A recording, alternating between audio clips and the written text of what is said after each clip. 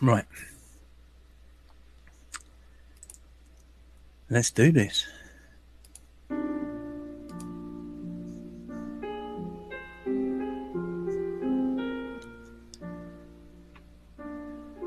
All around me, silly messed up faces,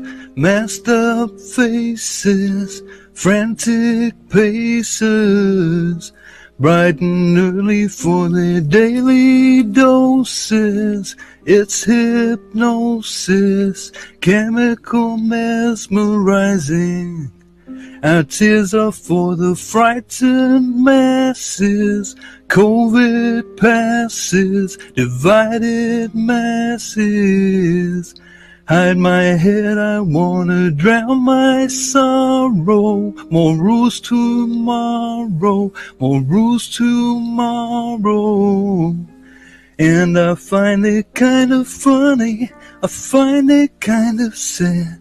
Dreams of the world still normal are the best I've ever had. When people trust false science and do something very bad, like handing over freedom, it's a very, very masked world. Masked world. Start controlling your world. Masked world.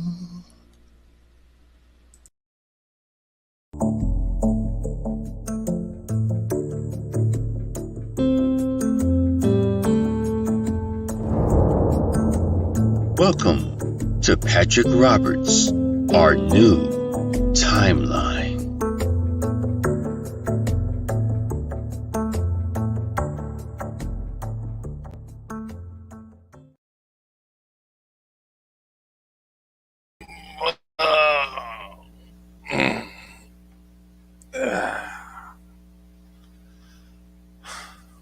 Oh, hey, I was just stretching, trying to work the kinks out because I'm like a bear. I was like hibernating and I got woken up. I was sleeping real well and then I got woken up and said, "Hey man, I thought you were doing a live tonight." And I said, "Oh, shit. That's right. I got so used to not doing them that I forgot I was doing one." So I apologize that I'm 22 minutes late. Um, so, by the way, I just want to say hi to Brenda Chappelle, Elgo, BLB, and Jennifer. Thank you for texting me through Messenger. Um, Texas Danny, Dearest Dawn, Chappelle, Glenn from Boston. Welcome, you guys. Welcome, Buzzacino. Let's see who else is here. Chappelle, Glenn, Jennifer. Oh, Jennifer. Jennifer Keesteen and Jennifer Flowers. Got two Jennifers in here. Uh, Gian. We're gonna call one Jen and the other one Jin. Hey Jin. Dark Slayer, welcome. I think I got everybody. Thanks for hey Boston Ray. What up, Boston Ray? Where's Michelle? I thought she'd be with you.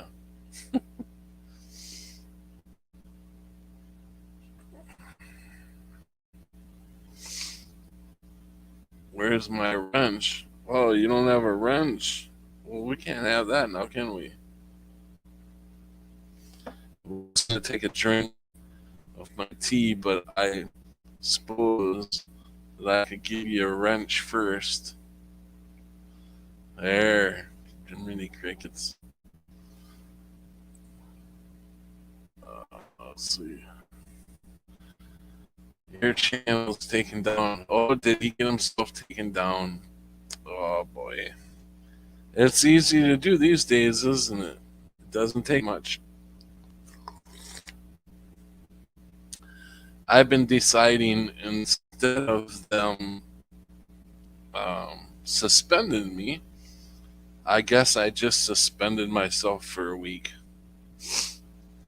Said, ha, your suspensions don't work on me. I'll take a fucking vacation when I want to. And I'll suspend myself and you won't make anything off it. Whether I don't know if they make shit off. I'm sure they make money off every video we put up there. They must make money off it somehow. I suppose because they do commercials, don't they? Well, no, they don't do them on my channel. I don't think I've ever had them do shit on my channel. I mean, I know I've never had them. What is it called? Monetize or something like that? I've never had that done.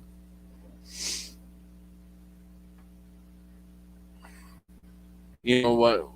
I miss all you guys too. I just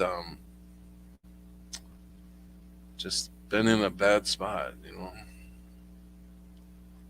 Hard to get out of them when you get in them.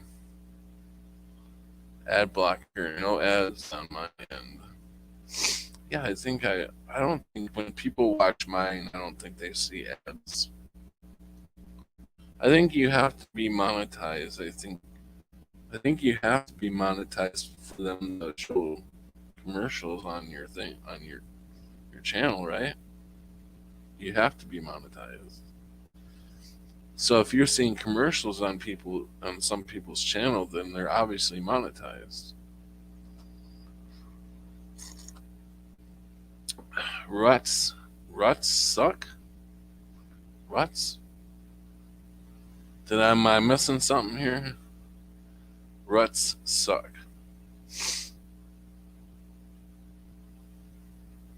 Yeah, you have to be monetized to have ads. Yeah. Hey, Mandel Mile, welcome. It's raining and I see the moon perfectly. That'd be awesome. Oh, tonight is realization. The dude Sean, welcome, bud. Realization. So, if anybody wants to come on, I am going to ask you, when you first come on, I'm going to be asking you, what does realization mean to you? If anybody wants to put it in the chat, what realization means to you guys, let me know. Because I looked it up in the dictionary, and I'm going to tell you exactly what it means by the dictionary.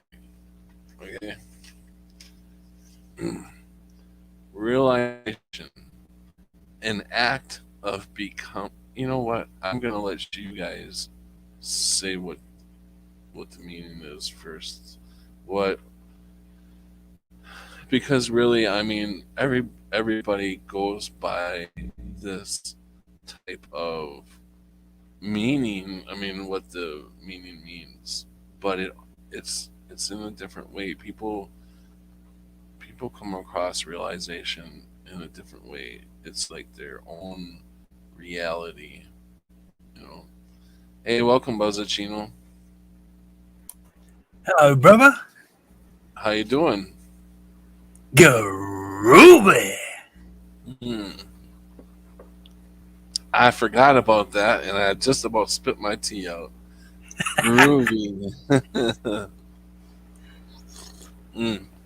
So, Mr. Buzzacino, thank you for the song, by the way. I'm obviously still using your song. Thank you. I'm still very chuffed and honoured every time I come on and you got it playing there. I'm like, oh well, that's me. Yeah, I love that song so much, and it makes so much sense. And you know what? I went out today and I went to Walmart and I was like, holy shit. I was looking around. I'm like, 90, 98, 99%.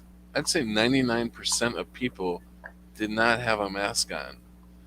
And I was like, wow, maybe we are finally getting over this. Like, and they're coming out with another variant, and people, I don't think people are buying it anymore.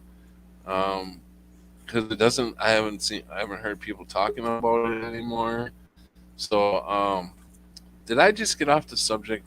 I was asking you what realization means to you. Okay. Well, there's general realization, which to me is just, the facts of life, the general learning in life, the points of awareness to certain things, being truth, being fact, being logic. Yeah. Hmm. But then you got your own personal realization, which to me is more definitive, which is those points in your life when you realize certain facts about yourself that are undeniable, certain things about other people that are undeniable. The deep hardcore truths. Um, I do have a couple of poems for you, actually. Sure. Why don't we say hello to Dude Sean first, and then we'll get into your poems. Hey, dude. Hey, what's going on, gentlemen? Thank you for having me on the program. Well, you're welcome. What you up to? Hopefully, you can hear me well. Yeah, we can hear you. Excellent. What I'm up to is I'm getting braced. I'm bracing myself to prepare from another amazing show from you. Oh, jeez. Well, as you know, you guys make it amazing, so I guess that's on you all. Yeah, I'm well, just here. truly, it's unfathomable. I almost can't realize what a great program this is.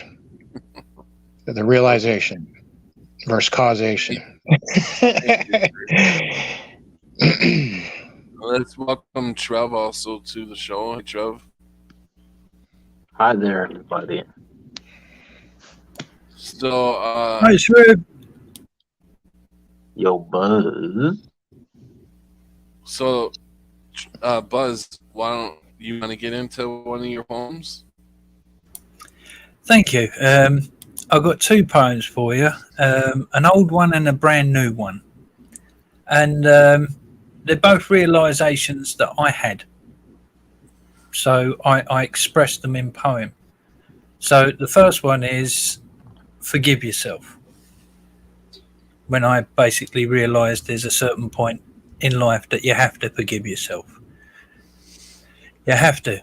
You come to that realization, or you're going to live with guilt forever over things that weren't your fault. So this is forgive yourself.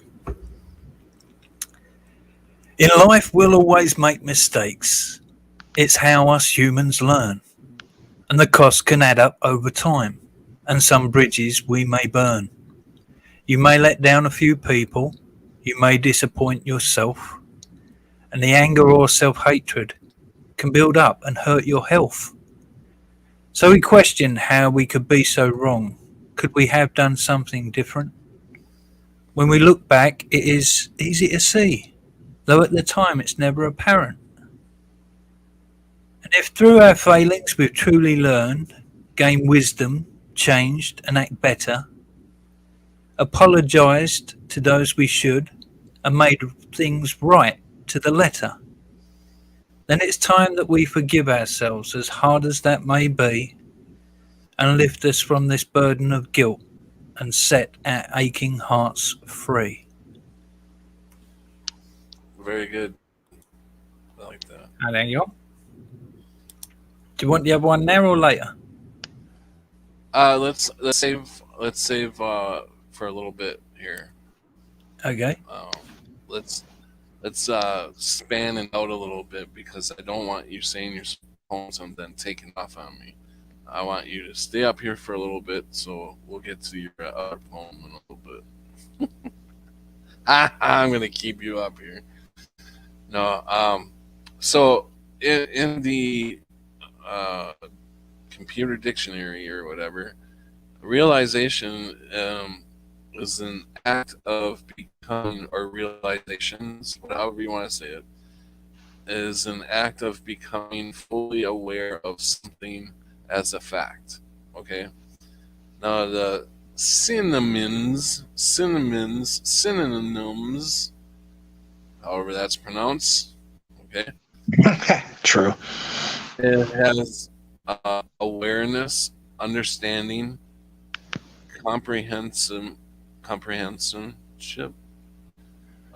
consciousness is the big one that I think that I pull out of this when I look up realization.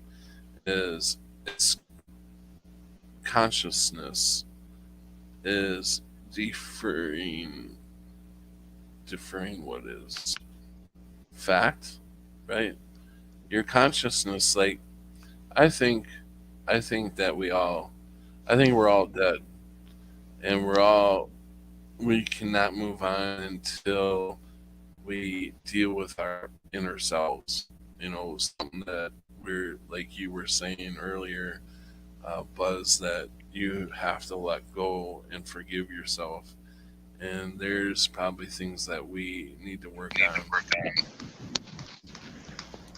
Well, who's the person that actually accuses us of doing so much wrong in life? Us. We're our own worst judges. So if you want to have a journey inside, first you got to get past that judge. That judge is the guardian of the door to your internal. And that judge, if you keep this judging yourself as bad, he's never going to let you in. He's never going to let you in. Would you let yourself in knowing how bad you are? No. Right. So you have to make peace with the judge. How do you do that? You have to make right with the judge. You have to forgive yourself so that the judge can forgive you. And then you can get in and find out who you really are. Right. Yeah. Yeah, no, I agree. And Trev, do you want to say what realization means to you, or realizations?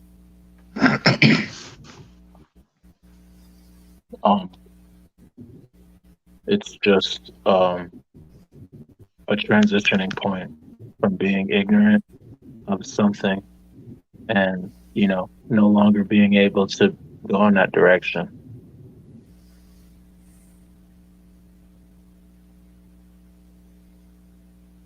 Okay, can you add a little bit more to that? Realization happens every day. And even if I feel that, okay, I came to this realization, I come to another realization on that same realization. I don't know anything. And I'll say it forever. But realization's a big thing to kind of define, if anything. What does it mean to me? It's not really anything it means. It's just something that happens all the time. Mm-hmm. It gets harder every time. It's pretty sad.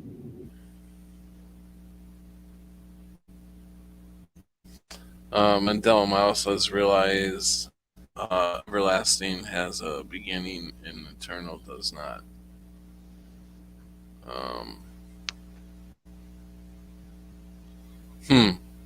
I mean, yeah, that's interesting. Do you guys have anything to say about what Trev just said? Do you guys understand what he was saying? I do, actually. I wanted to add on one thing I could relate to that was I appreciated how you stated that you don't know anything. I think that's very humble on your part. I appreciate that, my friend. Thank you. I appreciate you. Yeah, I always used to kids like I think it's a good thing to be a white belt forever, so to speak. Like always learning. I don't think you ever want to get in the on that flip side of thinking you know everything, because I think at that certain point your growth will begin to cease to stop, or at least be handicapped. I hear the Bruce Lee in you. Flow like water. And by the way, that poem was badass. I was so hoping that Patrick was going to be like, yes, another one right now. I was like, come on. I've got plenty of poems. If Patrick wants me to read the next one, I've got plenty of poems. I can read poems all night, dude. Okay, go ahead then. Because I want to listen to him too, but I figure you don't want to sit and say poems all night, so I figured I'd spread them out a little bit. But yeah, go ahead if you want to read another one. Go ahead. No worries. Again, this is realization, but it was more the case of realization of you already know certain things. Yeah, I mean, in the grand scheme of things, we can only know not even 1% of things, because we aren't big enough to know. We aren't. How can I put it? We aren't material enough to withhold that amount of energy, because knowledge is energy. Yeah. The more knowledge you have, the more energy you have, because the more you're flowing with the knowledge, therefore it's all motion, and all motion creates energy. So that's how it seems to me. But this is more to do with the heart. I call it burning truth. Nothing can ever douse the flames of the burning truth. You do not need some evidence, no facts, no logic, no proof. For it is a feeling deep inside that burns within your heart, the knowing of right and wrong that you felt from the start. That truth is undeniable if you really care, and it pushes you to justice, a need to make things fair. But that choice is up to you. Deny it or take action. And if you don't know what to do, just trust your heart's reaction. So check this out. Very true. I've got a poem that is titled A Burning Desire. So I thought that was interesting. Oh, come on, now you got to read it. Now you got, I'm sorry, you told us the title, now you got to read it. Sorry, come on. I don't think I have it on me. I'll find it, come on. I really don't think I have it. I really don't. I mean, I may actually. No, I don't have it. It's at Joe's house. Yeah. Right, we're rain checking that one, Patrick. Write it down. We're rain checking Trev. So, can you remember any of it? I mean, it's not long or anything, but the type of words that I choose, I guess, is not really the easiest for me to reiterate. But no, it's just something that was pretty cool to me, because it was the first time I was in like English class, and it was the first time I tried to do like I forgot what it was called exactly. But it's writing in what's called iambic pentameter. And it's just the way that you read it with syllables and stuff. But I just thought it was interesting. It does sound pretty cool. The actual stencils, I don't know the term for the poetry frame. That's pretty cool. I like to freestyle. Actually, I was on another platform just doing that throughout the day and every so often. Anyways, but I wanted to start doing that myself, and I think it actually would make it easier for one to perform like live, because let's say like you're in a scramble, like on a spot for maybe the lyrics to come out. If that ever happened, then you could maybe one could just double back or like backpedal and just hit those stencil work and kind of have infinite abilities. So thanks. I'm learning a lot from this program. This is pretty interesting. Well, thanks. I was listening to you guys, and when you guys started talking, there was like freaking 7-8 people in the room, and I took a drink of my tea, and it's like I took a drink of my tea, and I looked up, and there's like freaking 18 people in the room. I'm like, where the hell did 10 people just come from? Where the hell you guys come from? And hi to everyone. How you feeling? Hoorah. Groovy.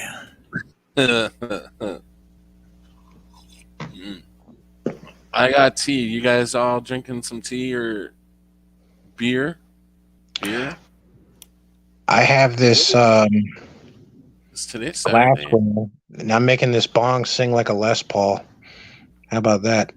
If I can say that. I don't know when to get torn. Whoopsie daisy. Hey, Nothing. Brenda, I'm actually with Pat right now. Oh. Shit. No, yeah. Trev's not at Joe's. He's at my house again. He came back here, and then he's going back to Joe's. If you want to explain to them about your car, I don't. Explain what? You just said something about my car, but yeah, so my car's in the shop, and I'm gonna be out here for a little bit.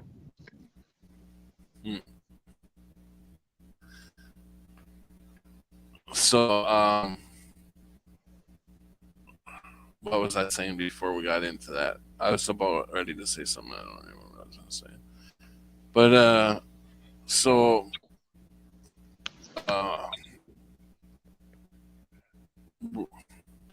okay, I've been saying this for the last couple of days. Okay. No, not the last couple of days. The last few streams, I should say. And I feel like it's still ramping up. You know, time's going so much faster. Things are feeling more heavier. Like I feel like a pressing feeling. Like I don't know. I just have not been on the rack here for a while because I feel so much. I don't even know, sorrow. I don't know, and I don't know what's going on outside as far as anything in the world because I haven't watched live TV in a long time.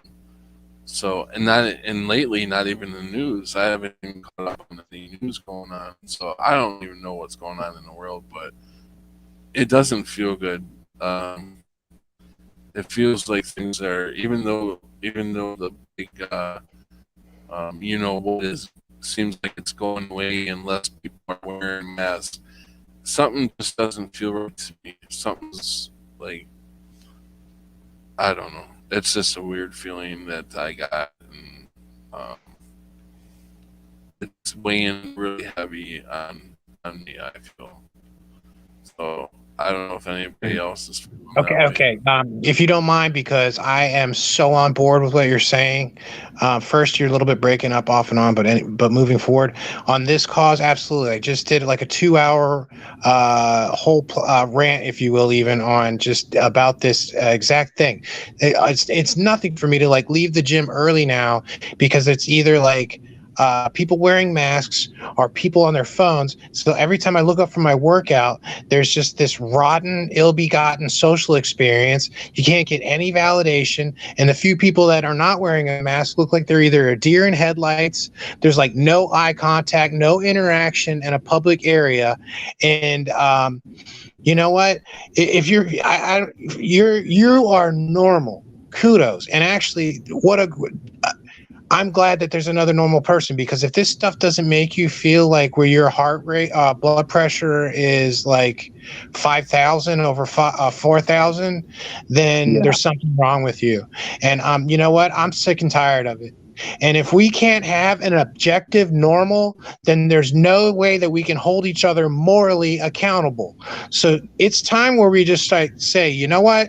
No more with the mass show, because it's creep show. And because we said so, and just leave it at that. I'm right there with you, my friend. And you know what else is probably hurting your chest and your heart is chemtrails. I don't know about you guys, but we might as well be doing body shots of aluminum at this point. Hey guys, the next round of aluminum and Old Spice is on me. Like there's not even any oxygen, let alone real food. I told you on another episode, I don't have to refrigerate my food. My refrigerator's still off. This is a month later.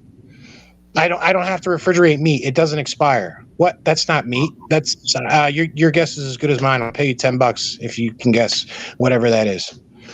I'll pass the mic, but I can go on forever on this one. Yes, no, I agree completely. Our world has turned into dystopia, however you want to call it, evil, Marxist. The police state is what I'm feeling the most, where it's now the citizens have taken it upon themselves to be driving, like kind of policing each other. I don't know if they're getting funded or whatever, or how it is. Yeah, or it's like, yeah. It's horrible. And one more quick point before I forget. I like how you skillfully approach that person on one of your YouTube things about wearing the mask, and how you're kind of like you're being subtle about it, but you're starting to massage in the facts and seeing where the guy's going with it. Like you're not coming at him, but you're like kind of pulling the truth awareness out of him by like asking a line of questionings, but still being like sympathetic and having empathy, but still, yeah. So kudos to you, because like those situations is like deciphering a bomb. I don't really have any good solutions on that one. No. So, yeah, let me jump out of the way, because I know you guys are probably Yeah, no, you're right. You have to talk to them very delicate. You got to treat them like a china bowl, because the first wrong thing you say to them, they're gonna shut down and walk away from you, and or bitch at you, one or the other. They don't. It's so weird, but I started learning how to deal with them type of people when Mandela effect first hit me, because we all had to deal with people that didn't see the Mandela effect, and they didn't want to hear about the Mandela effect and all this stuff. But then they, you have to learn how to talk, how to come at them with it. Not just spew it all out the way you want to wake people up and you want people to see it, but you really have to come at everybody like a china bowl these days, because not even that, any kind of subject, if you touch on the wrong subject, it's like fucking breaking glass or something. People break real easy, and I totally agree with you. Yeah, I noticed that you did that, Patrick. It reminded me of something I wrote, which was you don't run out screaming a bunch of birds, throwing loaves at them to feed them. Instead, you quietly, gently feed them breadcrumbs. Mm-hmm. And that's what you was doing. But also, it's the other aspect. It was like the way you was questioning the guy was what I call most people in general, they're helpful, or they like to think that they're smart or intelligent. So if you ask somebody to actually help you understand something, they're more likely to respond to you. And that's what it was like. Is your questioning was like you're asking the guy, please help me understand. And therefore he was more forthcoming. So kudos, brother. I noticed it too. Thank you. Yeah, that was actually taped. I don't know. I think we were about a year into it, and I had put it on my stream or on my channel the day I taped it, and I came across it when I was going through my videos. I'm like, I think it's been a long time since almost about a year since I did that, I think, or at least 8 or 9 months. And I thought that it would be a good video to put out again because, yeah, you guys explained it very well. I wanted to have a conversation with him, and I didn't want to lose him by attacking him. Um, so I was still learning how to talk to people at that time too, how to come at them, and I see a few times when I threw a few questions at him, I did get his attention, and he thought he was actually his. You could tell his mind was going like this, but then I started going too far with it, and he was pulling away from me, and I couldn't hang. It was like a fish. I got him, I got him, I got him, and then all of a sudden he breaks loose and he runs. But yeah, yeah, it was an interesting little encounter. Now Well, you have to. sorry, go on. I was gonna just say, like, you have to be able to, like, you'd have to be a Rubik's cube expert to unpack all this pathology. You're not alone, my friend. It's very disheartening. And then, just to see, like, I still to this day, and I hope I never have to ever again soon, see children wearing the mask. And that's one thing when you hear all these stories, like, oh, I took the jab because somebody I cared about, it's a high risk something. You hear all these stories, but what you don't hear is like, oh yeah, child suicide is at an all-time high, but like epidemic proportions, like fourfold, and it's caused by this pathology, this psychopath stuff.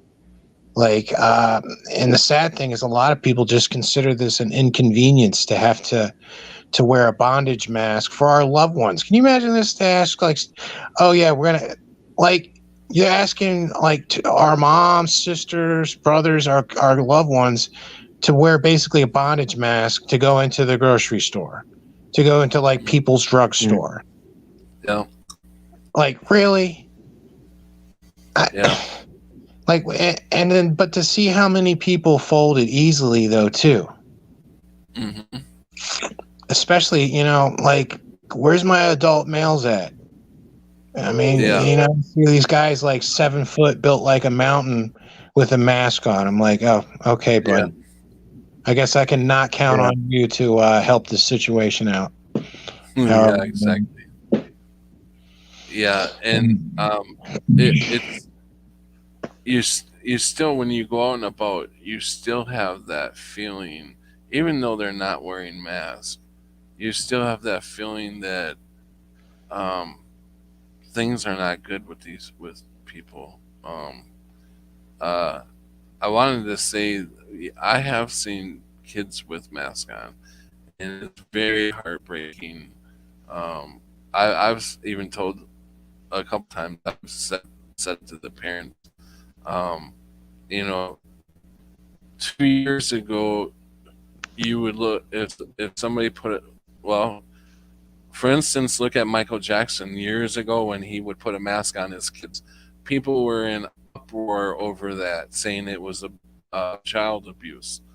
And look at everybody now, just putting the mask on them and putting the mask on their kids and not even asking any questions, just doing it. And it keeps fucking slipping from me. I'm like, okay, I don't remember. There was something I was okay. Got it. I seen a video recently of people who have gotten the Kukarachi shot or the giggles like giggle shot. No, that's funny. But you see people nowadays dropping. Maybe we're not seeing it in our reality. I don't see it in my reality because I don't really get out too much. I don't have a vehicle anymore, so it's really hard for me to get around. But the video I'm seeing of people just dropping, any it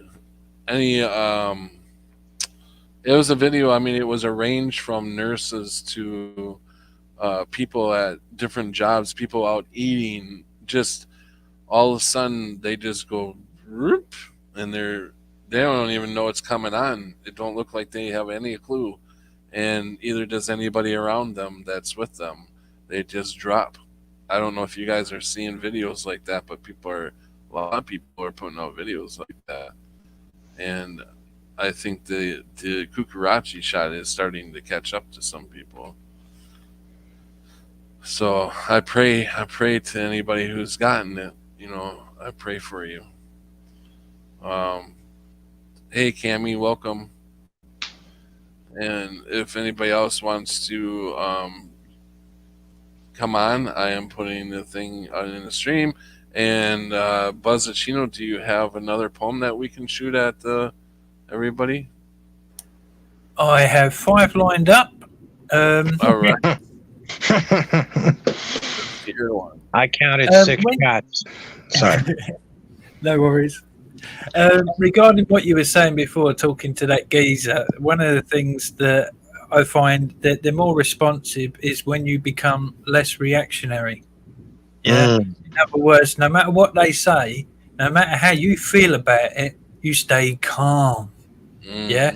And one of the things that I like is the calm, the balance. I like that. It's just me. So I wrote this poem called The Beast Inside. The thing within us all that the most of us try to hide is actually a part of us we call the beast inside. It lives within the depths of us until it's called to bear, but that's what scares the most of us. The beast just does not care. Although it has a heart and may save our very lives, it can take control and test our soul. In the weak it truly thrives. The strong will always master it. They feel the truth the most. The beast can never show its face without a willing host. Very good, Buzz. I like that one. Thank you. Yeah. That was fucking ridiculously good. Pardon my French. That was phenomenal. Not just blowing steam up your ass. That was fucking really, really good, my friend. You had me sold right from the get-go. Nice, right? That was... I think all the poems really have some deep meaning if you listen to them. And I was just talking to Trev today about your poems. I said I wish I could get a, like the thing that you put together, or I'll put together for that song, is I would like to get like 3 of your poems put together, and be able to play that. That would be awesome. 3 of your favorite poems, shoot them out onto a, what is it, MP3, or how does that have to be? I forget how it's supposed to be. Let me see if I can. Well, I've actually got some of my poems up on Rumble. Do you on Rumble? Yeah, I'm Buzzacino on Rumble. Rumble. Rumble. Okay. Rumble. Where's the Rambo. ram gone? Where's the ram gone? Where's my rank on? Through the roof. Exactly. I know you can relate this one. Oh, shit. But Shoot. I honestly, there is something that keeps nagging at me, that keeps telling me that,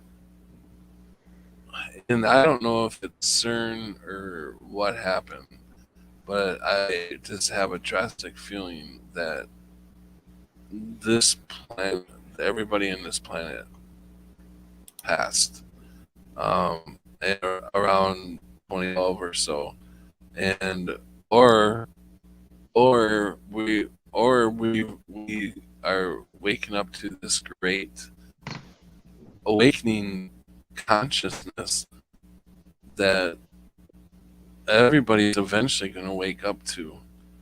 But there's so much evil around here. I don't know. It just feels like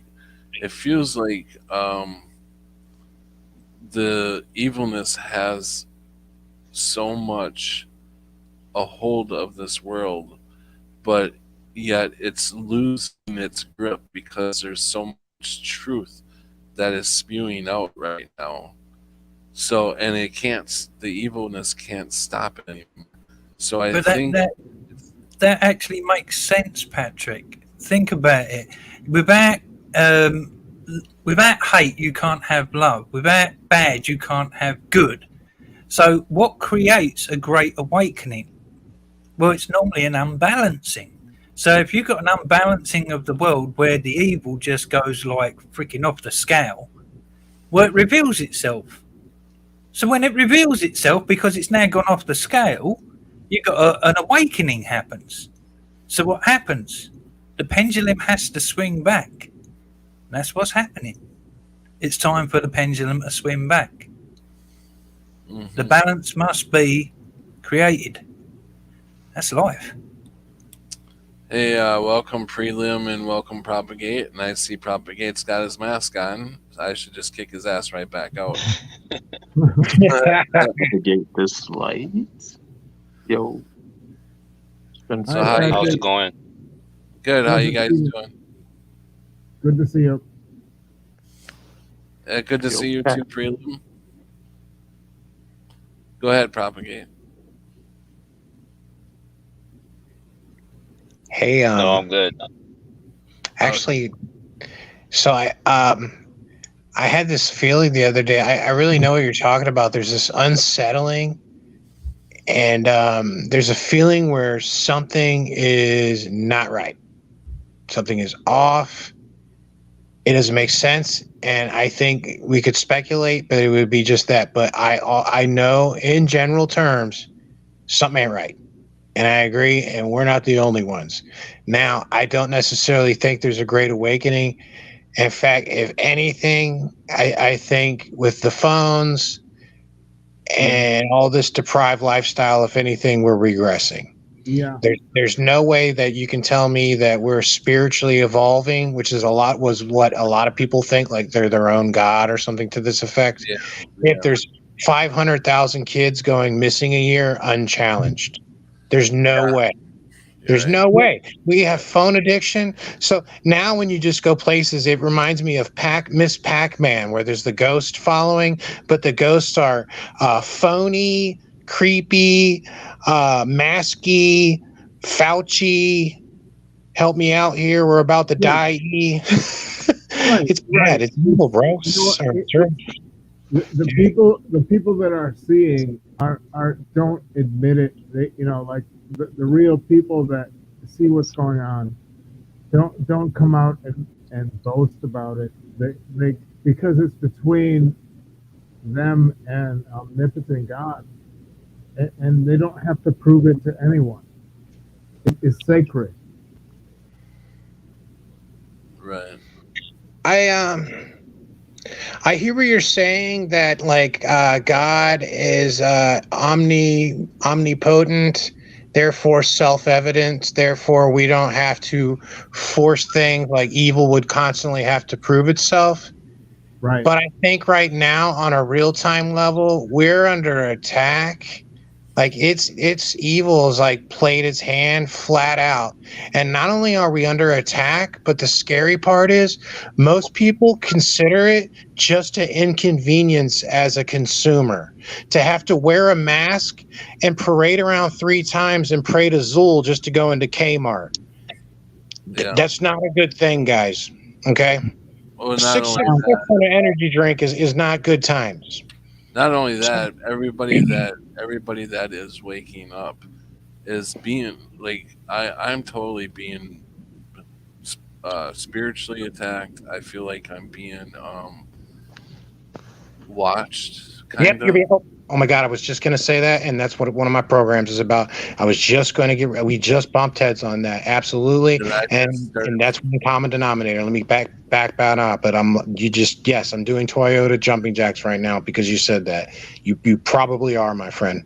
Well, And what would Jesus do, or how would he perceive that? That is our synchronicity is with the Holy Spirit. That those things shouldn't even be.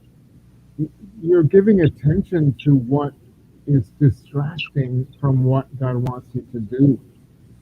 That kind of fear is actually what the devil wants. So think about the good and what you can do rather than you recognize the distraction, but that is exactly what they want. Don't feed the beast. Right. I mean, I don't think we're even talking about feeding the beast. We're basically talking about um, the ones who are waking up or who are awake are being very closely monitored at this point, and may soon be dealt with. I think that's where I'm getting at, and I just started getting these vibes. I know Glenn said good vibes, but I got the vibes. Been getting these vibes for a month or so. Just I feel like something's not right. Something's off. So, And what is the solution? What is your positive response?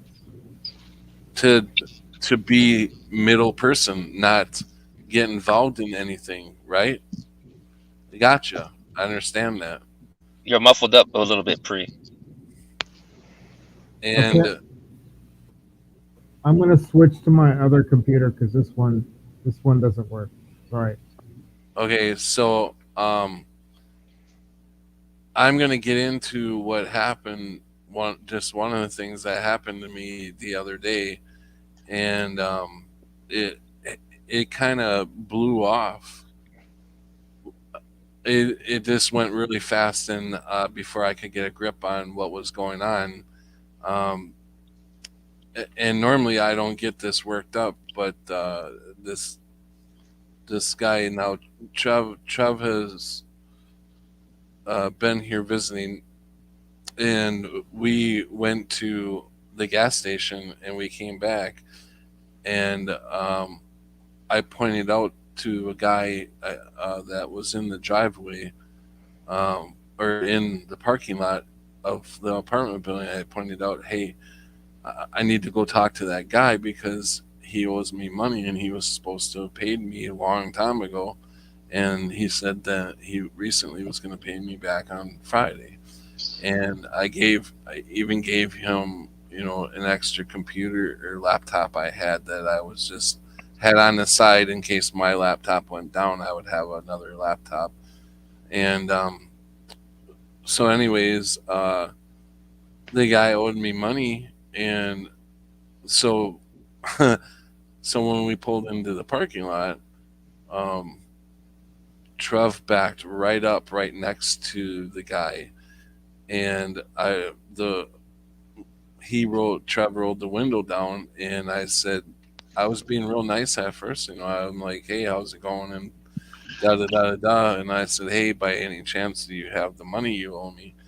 And he just went off. I mean, he just went off, like started screaming at me, saying that what about you got to pay me money for rides I gave you. And I said, I've always paid you gas money for that.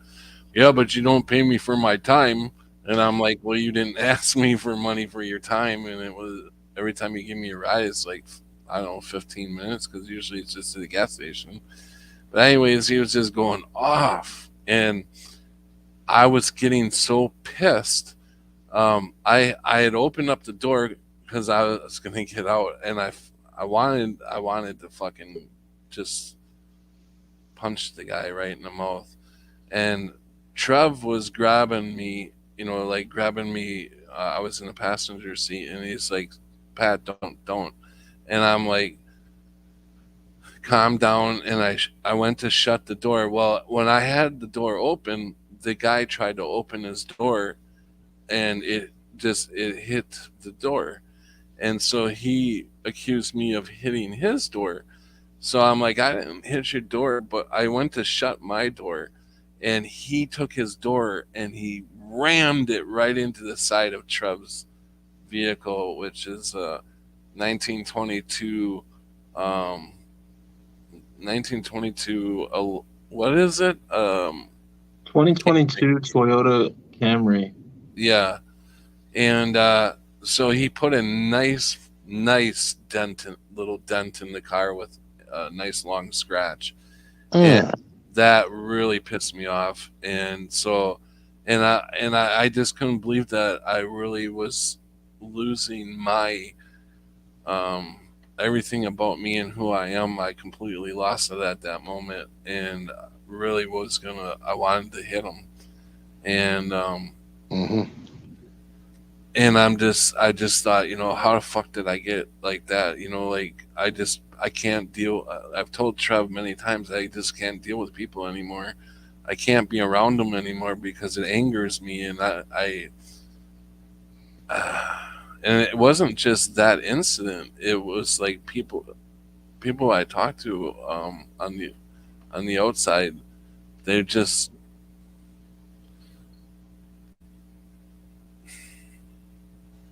I don't want to say they're just different, and yeah, it was hard to deal with, really, and I just can't believe that I let myself get that fire to the point where I wanted to hit him.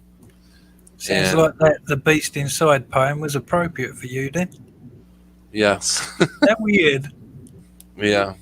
Isn't that the test of inner peace? Like Absolutely. we face it. Yeah, I hated it. I know it is, and I didn't want to admit it at first. But yeah, no, exactly. That's exactly what it was a test. Yeah. And I feel like I failed it, but I'm sure there will be more tests. I feel like I've been tested a lot lately, And when you pass it, that stays with you because you realize that leads you to the next step. But it's not like we're constantly bombarded by all these tests. It's just that we have to get past the crucial one in order to make a difference. Patrick, I have a poem to help you out if you want. Sure. I've got a poem called De-Stress. Hope that makes sense. De-stress. Actually, my tea is the de-stressing tea too. It's actually called. It's a de-stressing tea. So yeah, go ahead, Buzz. Perfect. Tea. Life is like a roller coaster. It has its ups and downs, and stress builds up in most of us. You can see it in people's frowns. It makes us ill. It makes us angry. It makes us make mistakes. And if it's left to boil over, one push is all it takes. So the stress, it must be handled like that kettle about to boil. Flip that switch and settle down. Make that anger inside recoil. Then go and find that special place where you can really blow off steam and let it out. Just sing or cry or laugh or even scream. However you choose to do it, you should really find a way. For if you don't, you may just find your kettle blows up one day. No, yeah, that's perfect. Too many Yes, of us push all those emotions and feelings down inside instead of dealing with them. And you can't do that. You can't, because it just builds up. Well, And then Yeah. boom, it explodes. And then you don't just hurt yourself, you hurt everyone around you. And if it is Yeah. something that is caused by fear, then normally you spread more fear by exploding around other people. Mhm. Fear can be spread like that. I mean, we fear people that explode. You just spoke about a guy that was being all nice and all the rest of it until you mentioned the money. But as soon as you mentioned the money, he exploded. That's because he bottles stuff up and doesn't deal with it, and then boom, out it came, and you saw it, Mhm. and you almost exploded back. Yeah. And So that's the got old to find self. that See, de-stress. there's the old self and the renewed self, the awakened self, and we struggle with the old self, the subconscious mind. The subconscious mind is what has accepted all our old information is what we struggle against because we see through it and yet it persists, and so we're tested by our own old patterns of thought. And when we strive beyond it, then we grow spiritually. That's what I wanted to say. Yeah. By the way, you're coming through a lot better now, prelim. Okay, I had to switch to my old computer, which somehow has a better microphone. My new one doesn't work. I don't know why. Okay, thanks, Patrick. Yeah. I have a. Yeah. Go ahead. Oh, sorry about that. Go ahead. I'm sorry. No, you're fine. Go ahead. Yeah, that's what my girl told me last night. But anyway, I have a poem. I yeah, a poem. It's called Misery. Does anybody want to hear it? Maybe so. Yeah. Yes. Yeah. Yes, Definitely. please. Okay, so I practiced this for a whole 2 months. Bear with me, like Yogi the Bear's son. Anyway, all right. So here we go. Uh, De-stress. You have to win. Be the best, lest you be the monster that rests in the crest. Brush your teeth of the misery and keep drinking no caffeine tea. Be cautious. Yellow light. Stop the misery. There it is. Right? That was good. That was good. Oh man. That's did we great. lose? I mean, I've been Passionate. going with no caffeine. Coffee was making me sick. In a slow way, not like immediately, but I knew like, okay, something's not right whenever I had coffee, and I switched to tea, and that's all I wanted to say about it. Oh, we lost somebody. I'm trying to figure out who was on the panel that we lost. It was Dude, Sean. Sean. Yeah, that's who it was. Yeah. I I wonder if he accidentally named himself. propagate. What kind of tea do you like? Chamomile. Oh, you didn't ask me. You really want to know?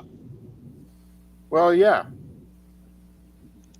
I charge like $25 for that, so I'll give you my cash app. No, I'm just joking. Well, I mean, No, if if you have a suggestion, right. No, I just drink caffeine-free tea. Let's see. okay. It could be flavor, the kind that has flavor to it. It could be like the regular, green tea. Just caffeine, Yeah, free, yeah. caffeine free. Green tea is the only kind I use. I don't Great for the antioxidant. I don't know why. It's just But the only kind that tastes good for me. right. No, But I no, think it's That's a great choice. I and think Mhm. coffee is actually in 2016 is what caused my pancreas, because I was drinking so much coffee all the time, and that's why I think if I died in 2016, I think it was from coffee. Hmm. Yeah. Just be sure you don't drink black tea on the empty stomach, because I did that before, and it's you talking about being sick. Oh my goodness. Yeah, I never had black tea. I always drink the green tea, and I like it, but I still gotta quit smoking, and I've cut way down, and it's still addiction. What did you cut down from? I went from a pack a day to 10 a day, but some days I don't smoke at all, and I'm working out at Planet Fitness, but I had a heart attack in Mm, February 7th, so I almost died again, and that was a wake up call, and I'm trying to live as healthy as I can, and I'm not is ready, it man. I want to live more. I want to learn more. I want to follow Jesus more, and Yeah, near death I don't. experience can I teach feel you a like lot, can't it, Prelim? I don't know enough to die. I'm still like a child wondering what's going on. right? Me too. Pretty much. You have to tap into that inner child. You know what I'm saying? And that inner self. Yeah. No matter, no matter what's on the outside. I started to notice that it seems like the outside is a reflection of my thoughts, because I notice things in my reality, like what Patrick was saying, like realization and waking up. What is waking up actually? Like, what is that? Like, is that waking up to what's going on in the system, or is that waking up spiritually, or is that what do you I mean think by that, Patrick? I think waking up is when we practice wisdom as opposed to just reading about it. If you just read about it, you don't you have not earned the wisdom. If you practice it, then you're in sync with the wisdom that your the quiet voice of your conscience is telling you. If you abide in the Holy Spirit, if you're following God without boasting about it, you don't have to tell anyone what you're doing. Keep it between just you and God, and not try to make a show, or like, oh, I'm doing this. Because Waking up. first, you know what I mean. It's like you don't want No, to you don't want to jinx you don't want to jinx it. I hate to say that, but that's a good way to put it. You well, you, wake. you don't want to, because you're not perfect, but if you're striving, and it's like you're seeking and practicing and you're resisting, then yeah, you know it. You'll know it if you're living it. You'll know it. Waking up for me means that you're waking up to the Mandela effect. You're waking up to all the lies around you, um, Right, and spiritually. So waking up to all them things is waking up to me. right. I would say some, like, okay, so I heard you speak of like some of the things that happen in current events. Let's say 9/11 or whatever. Some of the people that witnessed that or whatever, maybe watched it on the news or whatever, or just lived through it, they would probably say, "Oh, I've woken up to how certain things are," um, Hmm. and then but they're not spiritually woken though. You know what I mean? They're more woke Right, to what's going on the surface.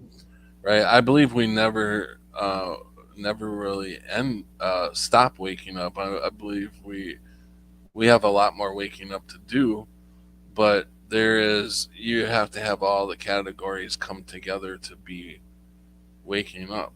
You know, that's what I feel is that you got to have all three of them at least. The spiritual, the Mandela effect, and what was the other one I said? Um, the Mandela effect, spiritually, uh, Social and politics. seeing through all the lies that they have put on us over all these years, seeing through all the lies. So I think that has a lot to do with, waking up also. So I think all of it together, and there may be even more that I haven't even come across yet. With Okay, waking this is a trinity. Mandela up. effect's a part of it. Yeah, because some people won't even like tap into the Mandela. You know what I mean? So like told people about it, and they're just you get the responses or whatever. So some people are probably never going to even be tapped into that, like some of us are. Mhm. So do you think that they still need that part of waking up to be awoke? I believe that it may not even be possible for some people because, like I said, I feel like we have died, and uh, we have not, the ones who passed away uh, aren't taking the download. I mean, I think maybe we all passed away, and this is like um, Simulation, just a place to go to figure it out, I guess. midway point or To- something like that. Yeah, Yeah, I just I yeah, don't go ahead. know, but I feel like the this place is really getting bad. Like it's getting bad, but it's also getting good. It's getting bad by the things that the evil is doing here, but it's getting good as far as a lot of us are seeing through it, and there's nothing that evil can do about it. Um, I have another poem called "What's Coming," if you'd like. sure, Yeah. go for it. Okay. What's coming? It's hard to see what's coming till it hits you in the face. This thing we call the future, mystery of all time and space.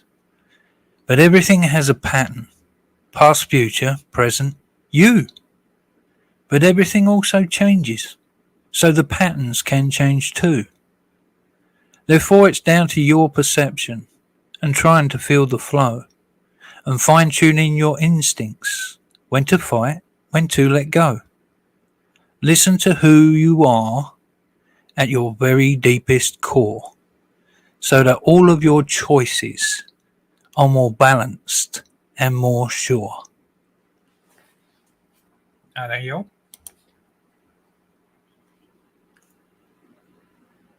Was good. Cheers, Trev. Sorry, yeah, that was good. I was trying to plug in my I don't know if you guys can hear me, but I'm trying to plug in my Thanks, other Pat. phone. I'm taking myself off the headphones. I don't know. Can you hear me? Yeah. In the pipe.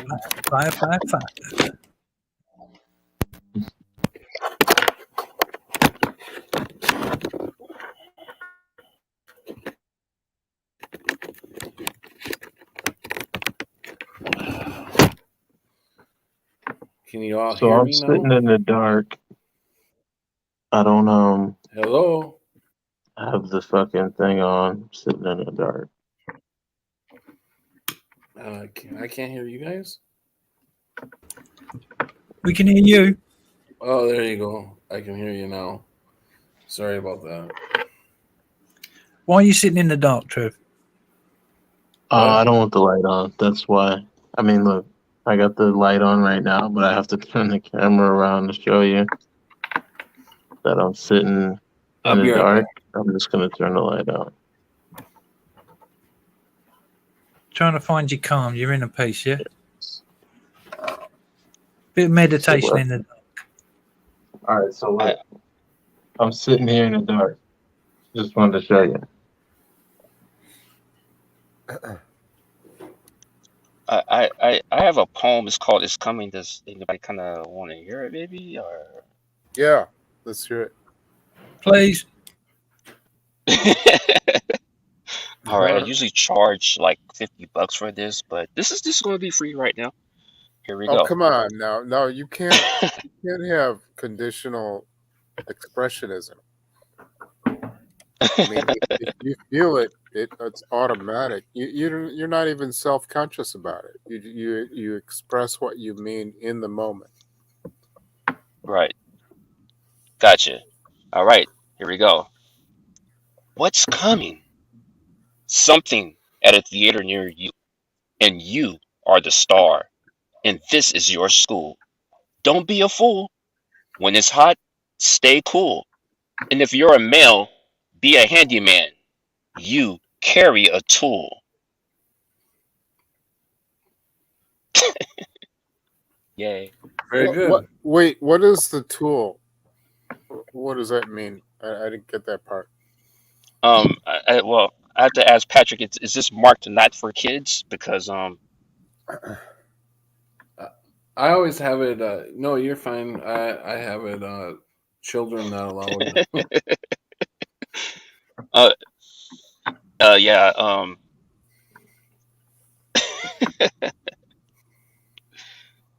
You mean something to defend yourself with, basically? you know when the whole quote is, I don't know if it's a quote, but it's like, we're men and we're supposed to be leaders. You know what I'm saying? And so, basically, what I was saying with that poem is that, okay, we're going through this movie that we call life. Life is like a movie. Life imitates art. Art imitates life. Whatever. And so we just have to be strong in this because we're supposed to be the leaders. That's all I was basically saying. If that makes Yeah, any sense. I totally disagree with art imitate. No, art is life expressing from the spirit, which is totally the opposite of art imitating life. Like true art is when a person is in the epitomizing essence of expressing from them, nothing to do with what's outside of them. When Perfect. you're expressing what you really feel and think, that is art. If someone's Right. Shouldn't imitating, people that have a different realization no, than imitation is contrary to art. Imitation is anti-art. I said realization? Right. Can No, people have I hear what you're different? saying. I hear what you're saying, Pre. I wasn't being actually particular, like each every word I was saying on that part. I was just kind of just throwing that out there. But you're right. I got you.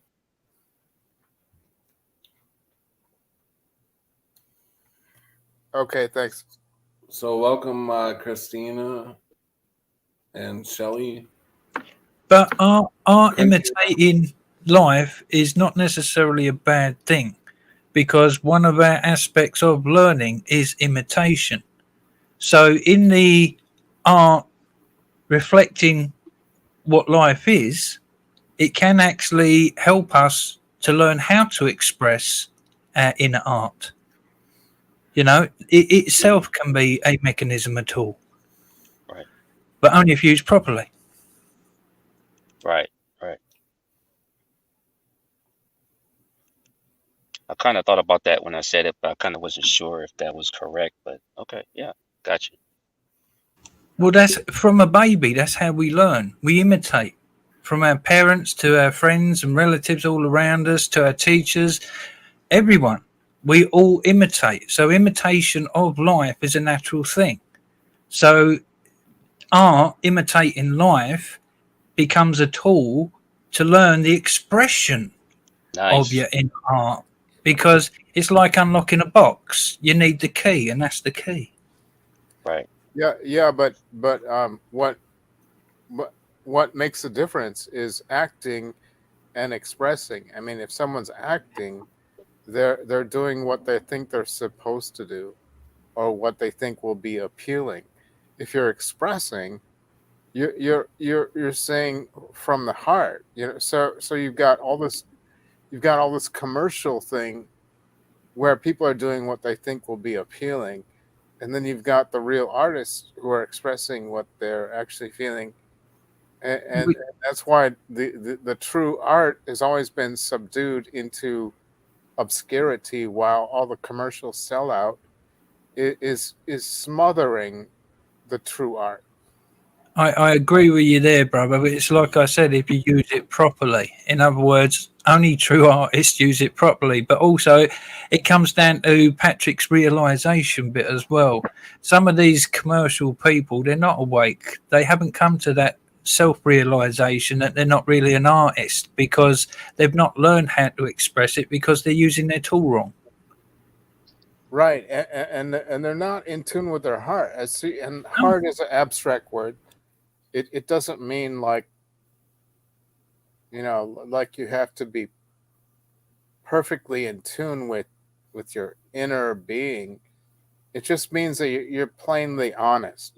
And a lot of people are just not honest because they're conditioned into what reality wants them to do, and they're, especially the academics, like any academic person, especially the professors, are so conditioned into what they've been molded into, and they're not in tune with their heart.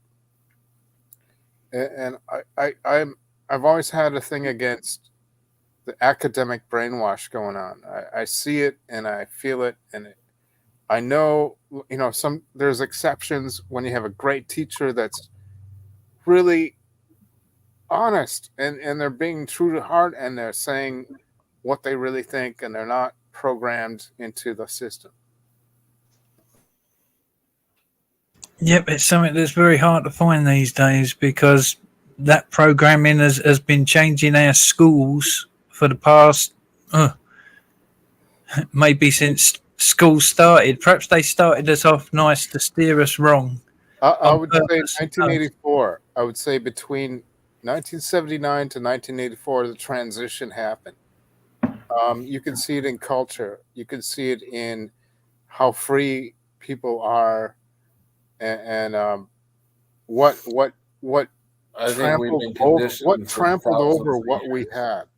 We were, what we had isn't the same. It didn't evolve. It totally devolved. It became degenerate, and it became less and less intelligent. If you were there, you witnessed it. But it's harder to tell younger people because they weren't there. And I saw it. I was there, but I caught the very tail end of it. I was 15 in 1979, and I watched how it unfolded. It was like, oh my God, this is, by 1989, it was not the same reality. Culture had totally degenerated, and everything got dumber, and I was repulsed, and it shouldn't bother me anymore, because now that doesn't matter. But that's my old self. It's like, oh God, I hate what happened to America. It's really disturbing. Hey, welcome, Barney. Hi, guys. Yo, Void. Yo. Hello, boy. Oh boy. Hey, Voynick. Patrick. Always interesting to hear you. I remember Voynick showed a book of his poetry one time. It was about 3 years ago. And I don't know if he still writes, but he read an English translation of his Dutch poetry, and it was pretty cool. Oh yeah, I yeah. That rings a bell. Yeah. Yeah. Just wanted you guys to know too that I'm not sure how long I'm gonna go tonight because I still am not feeling very good. What's wrong? What's going on? Well, I'm not sick or anything. I just don't feel. I'm just not feeling. I'm practicing sobriety, and I don't know if do I seem different to you? I mean, I feel better. Yeah. I feel more alive. I go to Planet Fitness, which is a American. It's like a gym, and it's $10 a month. It's worth it. I just go there. They got like 50 different exercise machines. I recommend it. Any kind of fitness center. Do that and get all the fat out, and just don't drink. I mean, I was a serious alcoholic. I'm sorry. I don't mean to rant. I'm not telling you what to do. Do whatever you want, but you know. It's your guys' show. Go ahead. Whatever you want to talk about, go ahead. But we care about you, Patrick. Stop doing this. Absolutely. Yeah, Patrick, get better, man. Well, I don't drink or anything. Now, whatever's causing you a problem, Patrick, hope you find out what it is soon and put a stop to it, bro, because we need you. We need you. Yeah, Buzz is right. Mm-hmm. Yeah, I know. I need you guys too. And if I would have been doing these live streams, I probably would have never gotten to that point that I did with Dude, because you guys keep me pretty grounded. And There was no other. I can't even think of one. The only show that I like as much, I like the Chick channel, who is alive. We thought she died. She's back. You know, Chick. Yeah. Chick. Yeah. She's from. I didn't know I didn't hear that she died anywhere. She was in a car accident. Oh wow. She was gone for a month and a half.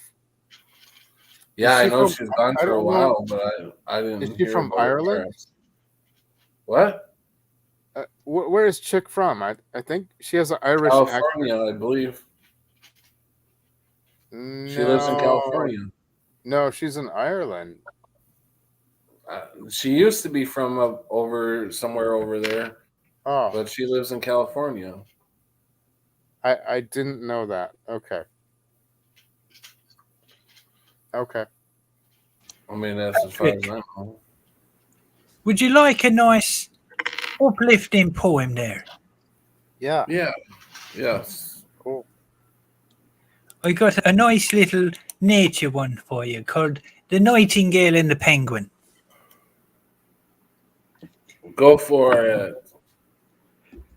The nightingale and the penguin tried to talk to one another. Such singing, such chirping, but they couldn't understand each other.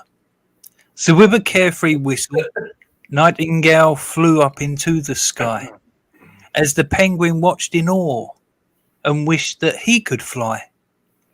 So the penguin sighed and left, diving deep into the sea, with the nightingale looking on at the penguin with envy, for he wished he could swim, for the fish they move so swift. The one thing communicated was each loved the other's gift. Very good. I want to hear another one. Straight off the bat. That was nice. You know, well, can we interpret that? I mean, envy is really bad. I mean, because envy is a distraction from your own potential good.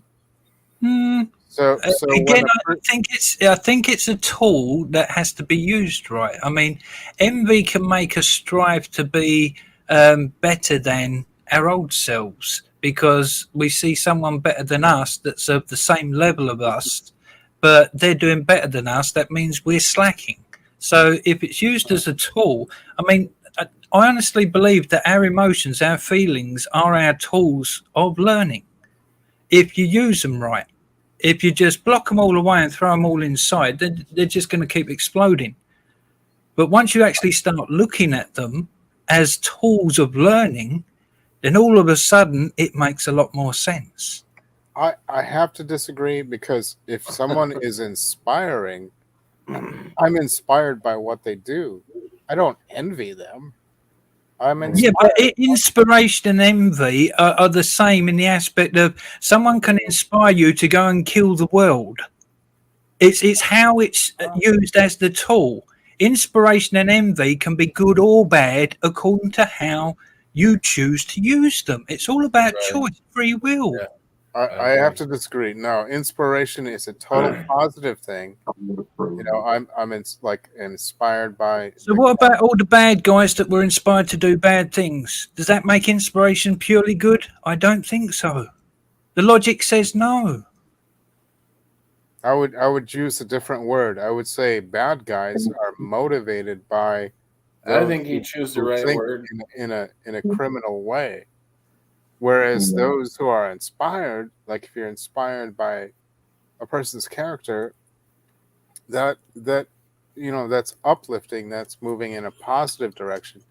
Envy is always just like, you know, being influenced by something that convinces the selfish side to be, you know, that it's okay to be that way.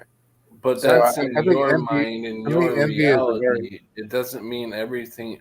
All these words means something to everyone else, and it could be different. Just because you are dead set that envy is a bad thing, it's not that case for other people. Other people use envy as, like he said, a tool. You know, you're going off by what you believe. Okay. Prelim. There's an inflection of the meaning of envy. So for Yeah, me, I mean, you can envy someone, but absolutely mean them no harm at all. You know, you may even respect or love that person. I've never you are heard that. still envious I because never you have thought what envy they could have. be. Okay, I'm sorry. I never thought envy could be a good thing. I always thought it was a bad thing. It's like inspiration. Inspiration can be a bad thing. Unfortunately, bad people, some of them are artistic, and some of them express their hateful and nasty and horrible ways through art. I mean, you see a lot of really horrid, icky expression of art out there. Yeah. You know, so inspiration can be used in a bad way too. You're right. So Yeah. at the end of the day, they are all tools. Okay. I just the inflection of envy to me always meant like you wish you could be like them rather than to develop your own strength, your own originality. Yeah, but it's like envy- life has a base core. Most of us, by the time we become adult, we've learnt from our parents, our teachers, our friends, our society how to be that core adult. Once we've got our base, from that point onwards, that's where I seem to see more of our originality being refined. But, you know, whilst you're young, that's an explosive force. You know, you're finding yourself. So we all make mistakes. That's going to happen. Well, I never use that word. Like it's not even in my mental dictionary. I don't use envy. I use inspiration. Like that person is inspiring.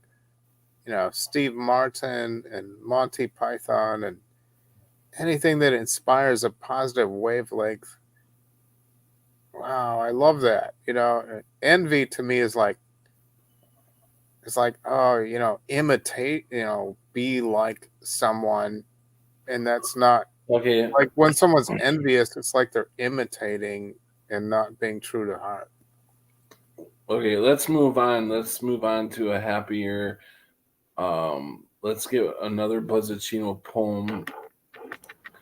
And do you have anything that arrives off of that one? How about More Then? It's only a short one, but I don't know if Propagate the Light has heard this one. It's one that it is my favourite of all the poems that I wrote because it's deeper than the deepest deep to me. Okay. More Than. You are much more than you. I am much more than me. We are much more than us. more than we all can see, more than we all can sense, more than we all can know, much more than what we feel, much more than we all show.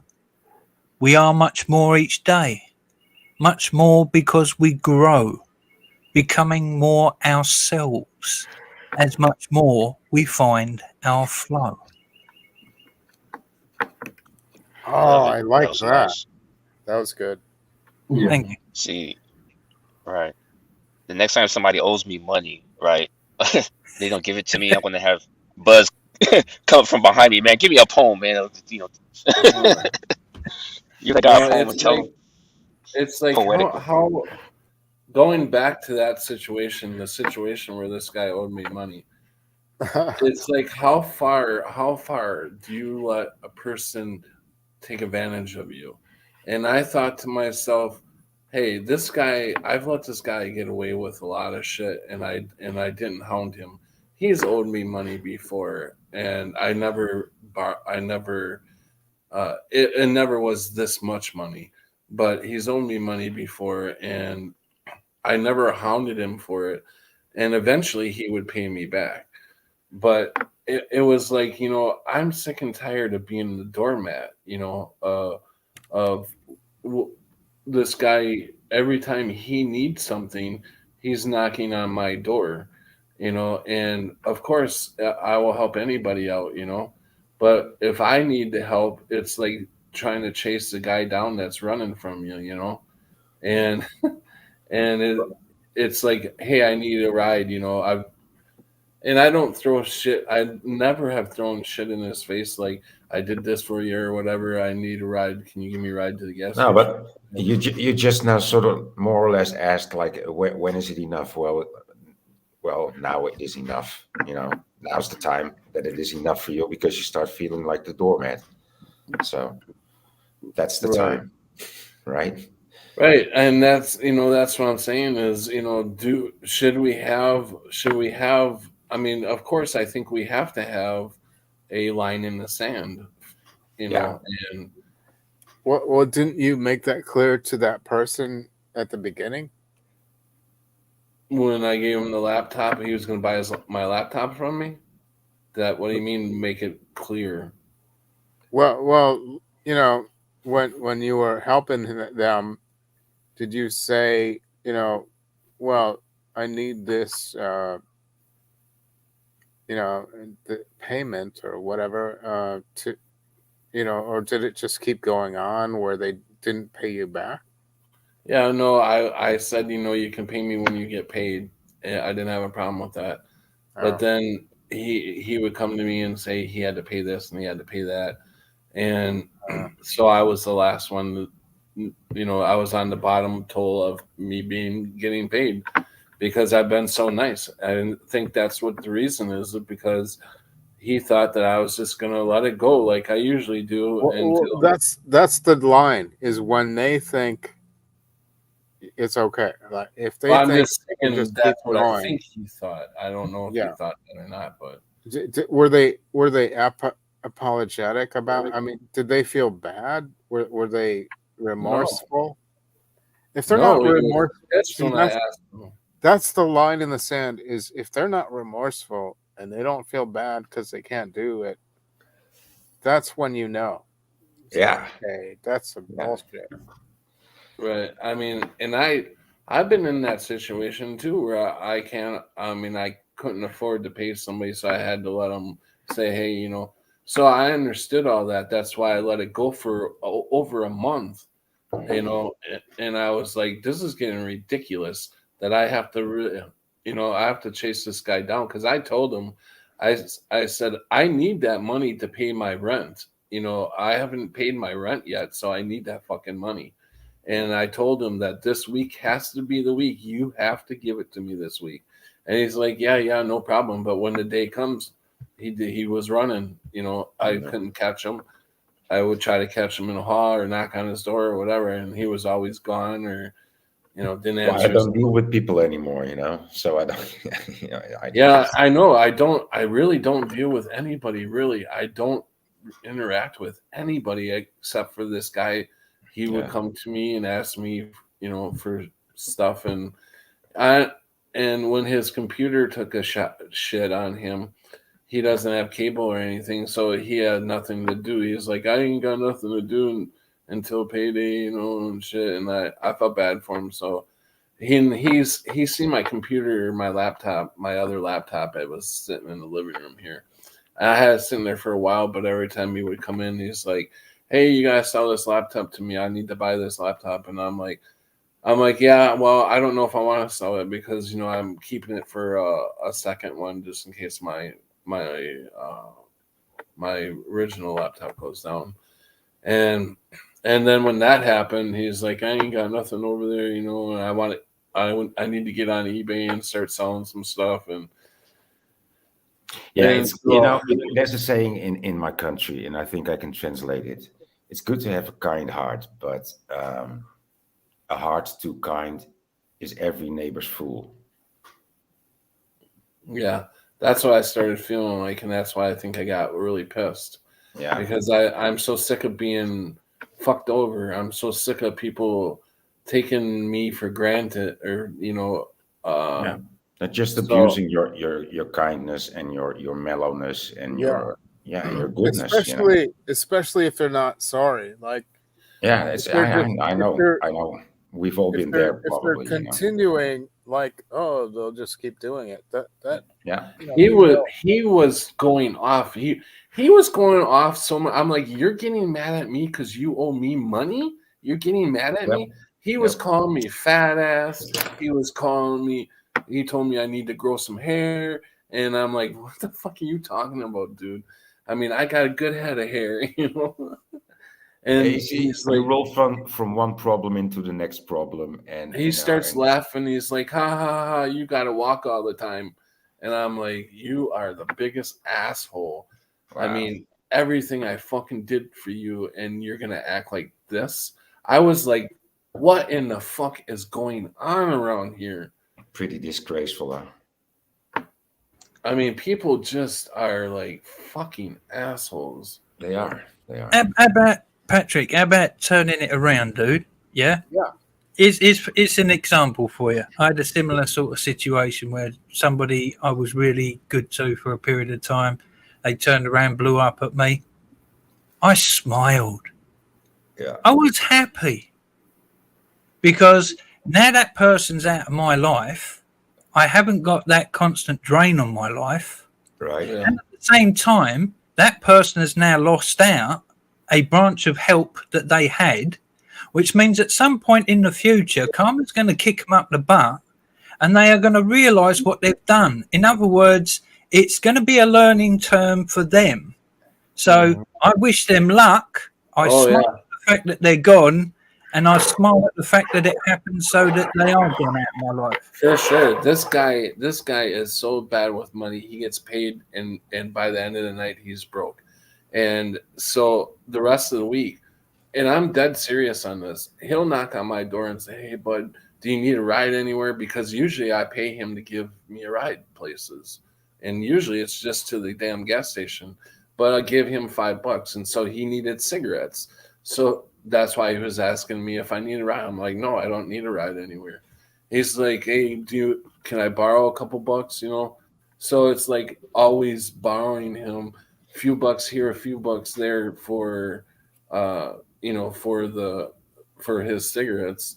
And yeah, he's gonna regret this because there's a time that's gonna come where he's gonna need to, he's gonna be. He tells me so many times, I'm so glad that you needed a ride because I don't have, tonight I wouldn't have had any cigarettes to smoke and da da da da da. So yeah, I mean, is he working? He works 5 weeks out of the year, and he works 5 weeks out of the year. So now he's working for a few weeks. And he works a lot of hours, and then 5 weeks out of the year. Yeah, and I think he gets Social Security, so he's able to work them 5 weeks. So he works driving potato truck, the potatoes. He picks potatoes up and drops them off at the unloads them at the potato. I'm sorry. I'm not judging him. You know, maybe he has a disability or he's slow. Yeah, in the no, he's mind. none of that. He may have a disability, but Okay. he's not slow. Okay. I don't know what If, his if- disability you is. know, if he just works as a delivery driver every 3 days a week, he would be okay. It sounds like. Well, I mean, it don't really matter to me. I mean, I'm just saying that even when he gets a check every month, so, but he doesn't know how to. I don't. What do you say? Manage. He doesn't know how to manage his money, so he's constantly, hey, can I borrow a couple bucks? And now that's not going to happen anymore because I fully don't trust him anymore. And after all that, I don't even want to see the guy again. So,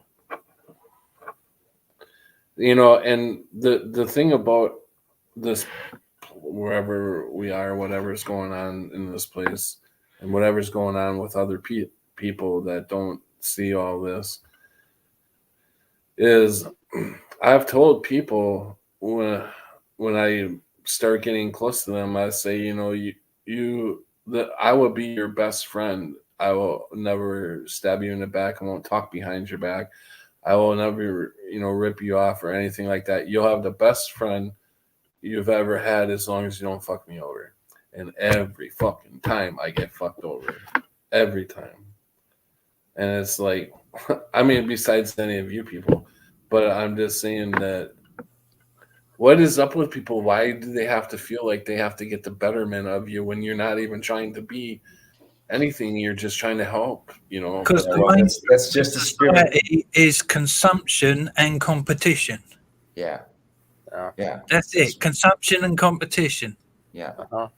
And you can fuck somebody over by being first you start fucking somebody over by playing the victim, and so you can own them like partly. You can claim something from them because you made them a victim. That's today's game. Mm-hmm. People start crying before they hit you, more or less. Mm-hmm. Well, let's distinct that there are some that are victims and they are kind of helpless, and then there are people that are manipulative. Yeah, So there's that fine line. yeah. Well, it's not a fine line, but yeah, of course, there's victims too. Yeah. Yeah. People can't really do much. I wish I would have gotten it on tape.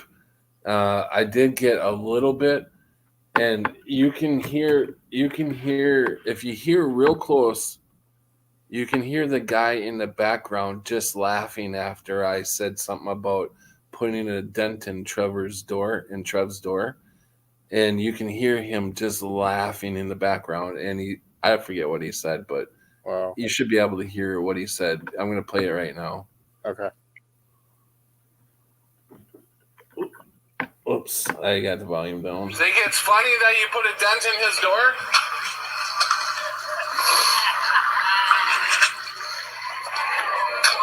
You're one psycho fucking asshole. Wow. You're a pussy. You're a fucking pussy. I was getting I'm pissed. fine. He's just crazy. And, oh yeah. And I forget what he said, but you should be able to hear what he said. So, I'm gonna play it. damn it.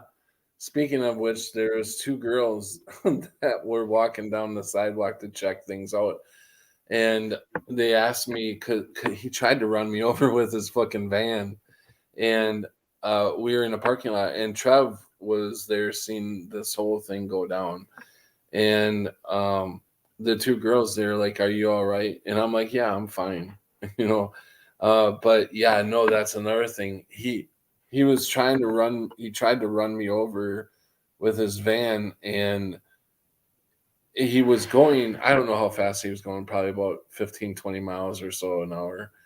Fine. Huh? 5. It wasn't that fast. He's in a parking lot. Yeah, he was going pretty fast though. Parking lot. We have a big parking lot. Yeah, He I'm got just saying it couldn't have been more than like 5 though. No, it was faster than 5. It's It was okay. faster than 5, believe me. You go out in your vehicle right now and go 5 miles an hour, you're not going very fast.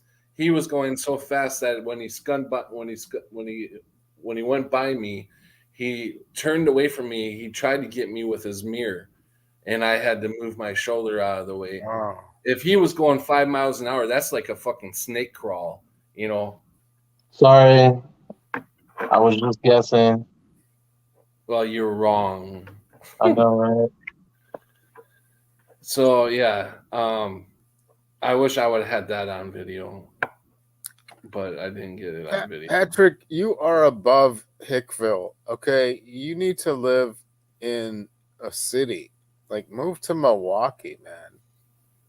I can't handle a fucking city, man. There's No, way no, too you many. just have to know where it's at, because cities have areas that are beautiful and great, and then I they like have to a lot of come. like you have to know what to avoid and where it's at. Milwaukee has the east. If you go to the east side of Milwaukee, you would be so happy. You'd be like, "Oh my god, I've been missing out all this time." I drove into a city last Friday to go to court, and when I drove into the city, I was like, "See, there comes that city feeling again." And these city people, I don't like the city. I don't like the spirit of a city. It's not like I cannot be there, but I really don't want to live there. You know. You just have to know the right side of town. Yeah, but I don't want to live Yeah, there. but when somebody likes the country like me, I like being in the woods. You like it, you know, the wooded area. I'd rather deal with That's like my brother. Yeah, my lots of brother. trees than buildings. My brother is a Pisces like you. He likes, he's exactly the same as you in a way. Hmm. I mean, I would live on the ocean. I would do that because I love the ocean. I love the smell of it. I love the sound of it.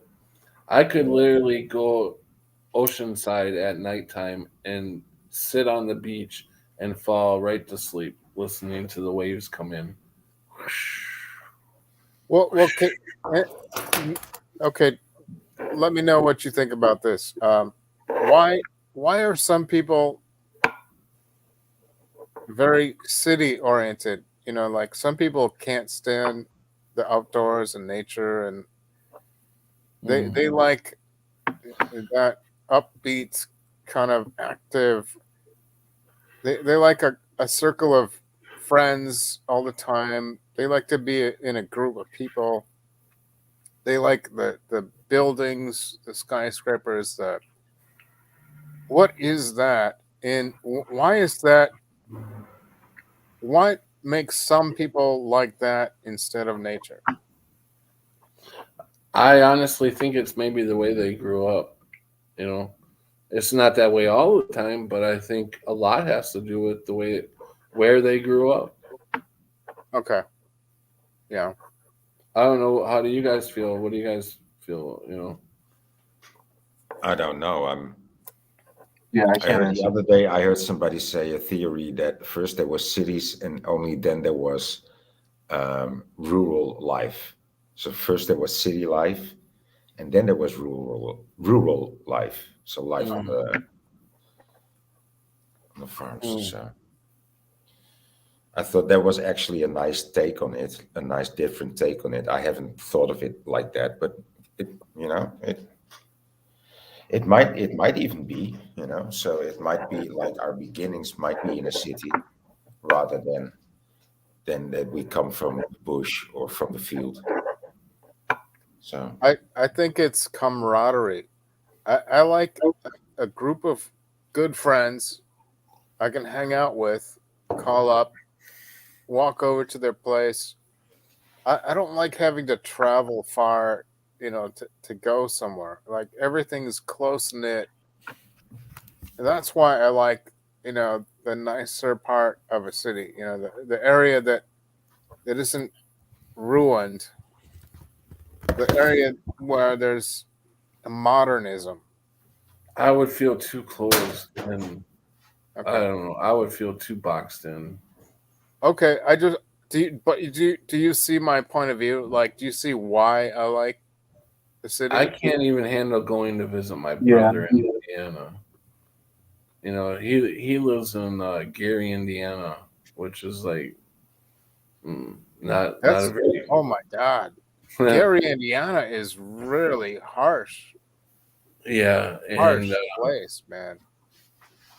when I go and visit him there, it's just like I get such a bad feeling. It's Yeah, no, like Gary, Indiana is nowhere I would never want to go there. No way. yeah. I don't know. Like I said, lately I've been I'm becoming more closed off. I feel like I don't know. I like sometime I want you to go to Eastside Milwaukee and show you. I want to introduce you to about 50 people and like 50 places that I like. And you will see why I like it so much. And you will see a whole different reality. Hey, Trev did tell me that before he goes back to Minnesota, he definitely wants to come to Madison to visit you. Fuck Madison. Madison is hell. It's a ghetto. Don't you live in Madison? Yeah, and I hate it. Only for you, bro. I hate Madison. I'm a Milwaukee man. I love Milwaukee. Okay. I'm here against my will. It's nice, but I'm stuck in the fucking ghetto. I hate this place. But I'm sorry to express all that. No, Milwaukee is very cool. Right, but we can't go to Milwaukee because you don't live there. So we have to go to Madison because you live in Madison. No, I would never want you to be here. You would hate it. I like Madison. I would never live there, but I like Madison. I wish I don't like wasn't Milwaukee. No, I'll show you what quality life can be like. I mean, Milwaukee reminds me too much of Chicago. No, it's nothing like Chicago. I'm talking about the east side. I'm not talking about the rest of Milwaukee. If you go to the east side, Downer Avenue, Prospect Avenue, Oakland Avenue, that's where it's at. And Kenwood by the university. It's Okay. like it's a. We're getting off subject here. Yeah, I mean, I'm sorry, but if you just go in that area, it's different than the whole rest of the city. It's not the same. Right. And and the people are so nice, and it's like a livable place. It's like a sane civilization. So I'll stop. Voynich, I asked everybody when they come on, what was the question I want to ask you? What do you think? What does realization mean to you? Well, a word. It's a word. Exactly, right, bro? For real, that was my exact answer. I'm like, how do you even have a response? That's funny. Yeah. Well. So yeah. Like it's part of the process. What do you mean? Yeah, realization, actualization, manifesting. Is it? Do you mean that sort of thing? I really don't know. It's Trev's show basically because he came up with the title. So he's got to be more involved, though. More involved. Yeah. Answer Voynich's question. So, well, if it was a title that I came up with, I would have just put realizations and nothing else, just the word. Oh my God. But it's the same thing. How many times do I have to tell you? But it's his question is like, what does it mean to you? And with me, I just figured everyone's different. So maybe, because with me, every day I'm realizing stuff. So, maybe we could have just came with whatever was recent that you realized that was kind of, potent, something that was, that stood out, something that was prominent to you recently or something, or you could just define what a realization is to you. Trev, can I ask you about New York? Go for it. Is there areas of New York, like Manhattan and parts of Brooklyn, where you feel safe and it's just cool and people are friendlier? I mean, I know Bronx and there's parts of New York that are rough, but I mean, do you hang out in districts? I guess so, yeah. And you notice a difference?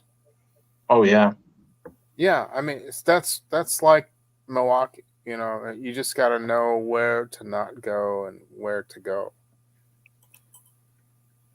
Yeah, I mean, it's just because there's so many people. Right. Like they have their own neighborhoods and everything. Yeah. I think that's a misunderstanding of country folk, is that they don't understand that in cities you just have to know like where it's at, and I won't even talk about it. I'm sorry. I don't know, like I'm not a New York City like scholar or anything. I was the one that didn't really want to be there. So I mean, I couldn't give the best perspective. People love it. So I would love it because I like the art scene. Yeah. And you got to know where it's at with the artists, and there's a lot of you just got to avoid like, okay, don't go on that district and all that. Yeah. For real. I'm surprised Crunchy hasn't come on here yet. Yeah, Crunchy, man. I've seen Crunchy's art. He does some cool art.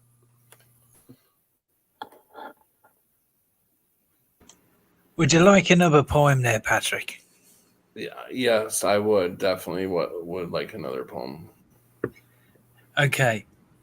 This poem is called Ride the Lightning. They say that every cell talks to each other electrically. Both energy and information sounds a lot like frequency. So every part of everybody is talking all the time. And the fact that we don't listen, well, it really is a crime. It flows through us, it grows through us, it teaches and it learns. It helps us on life's journey, even through the twists and turns. It is our voice, it is our thoughts, it is what we create. This power that's inside of us can even change our fate. So understand this strength in you. Even though it may sound frightening, it's always been a part of you. So flow and ride the lightning. Thanks, Buzz. I appreciate it. Thank you. Another good one as always. Cheers, dude. Ride the lightning.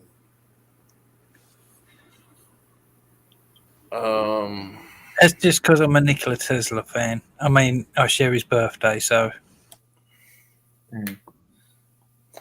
And little did people know, Nikola Tesla actually wanted to be a poet. Why did Nicholas suffer so much in his later years? Was he ripped off by Graham Bell? Yes, Edison and H.P. Morgan and some of the other bigwigs, because they nabbed him, they stuck him in the hotel, they basically tried to get out of him everything that they could get out of him, and when he finally died and his stuff was sent back, there was all these cases of stuff, and only a certain amount went back. Some went missing.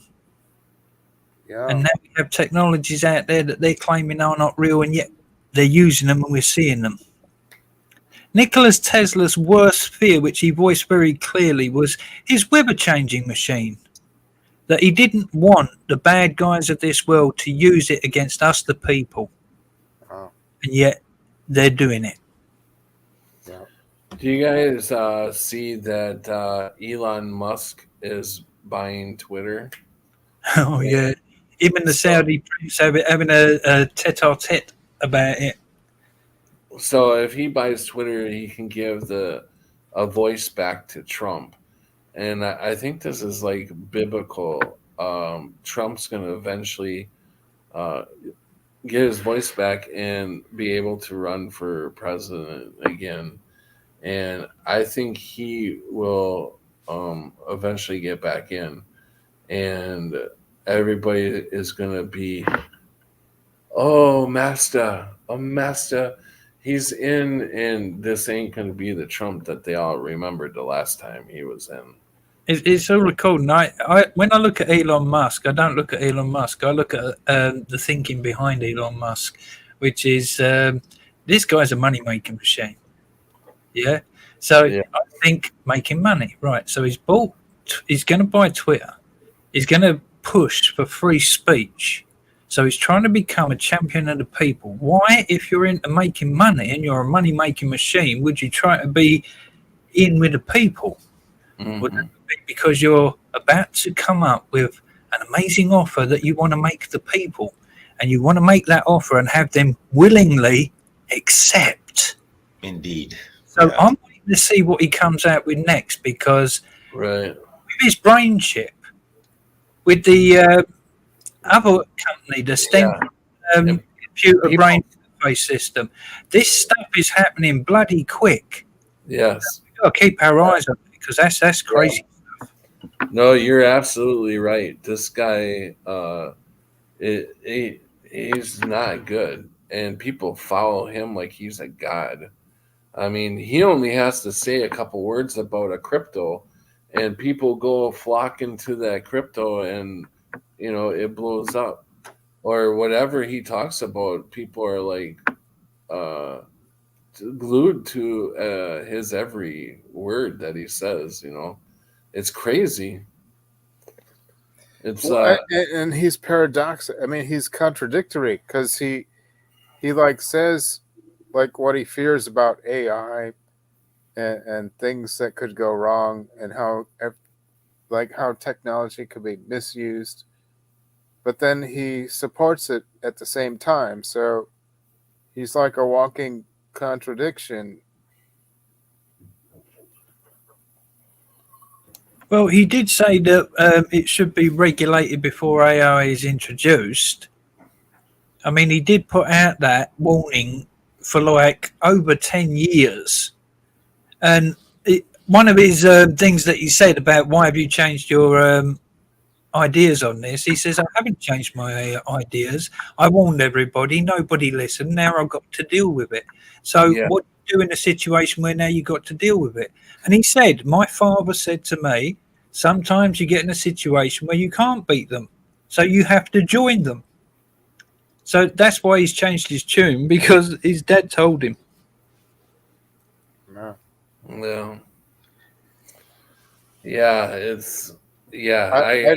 not sure what for a while I was supporting him and thought, well, this guy's just a scientist and he's exploring and he's innovative. And now I'm thinking, wait, there's something not right here. He's like pretending to be this innovative scientist, and he's finding all this stuff, and yet it's like he's like saying what's bad about it, and then saying he's warning people, but he's really promoting it and going further with it. It's kind of like, where's the logic? I don't. He's like the Tony Stark of the world, for real. Because I mean, look at Tony Stark. What did he make first off? Weapons, and it into serious destruction. This, that, and the other. Who's to say it can't go the opposite way round? Start off with nice stuff and eventually go to weapons. Who knows?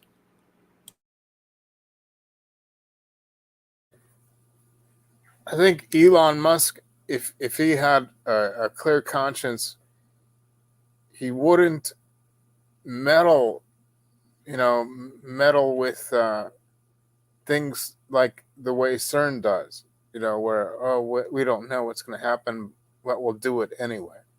He's kind of going that way, like, well, a total kind of free form experimental result that it's like he doesn't have an intention clarified in what he's doing. He's just saying, well, I don't know what's going to happen, but I'm just going to go ahead with it.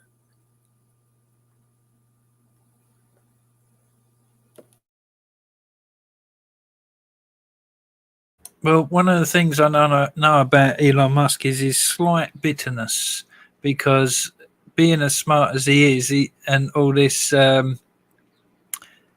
realization of what's to come, what may happen, he talks about going to Mars so often. I want to go to Mars. I want to go to Mars.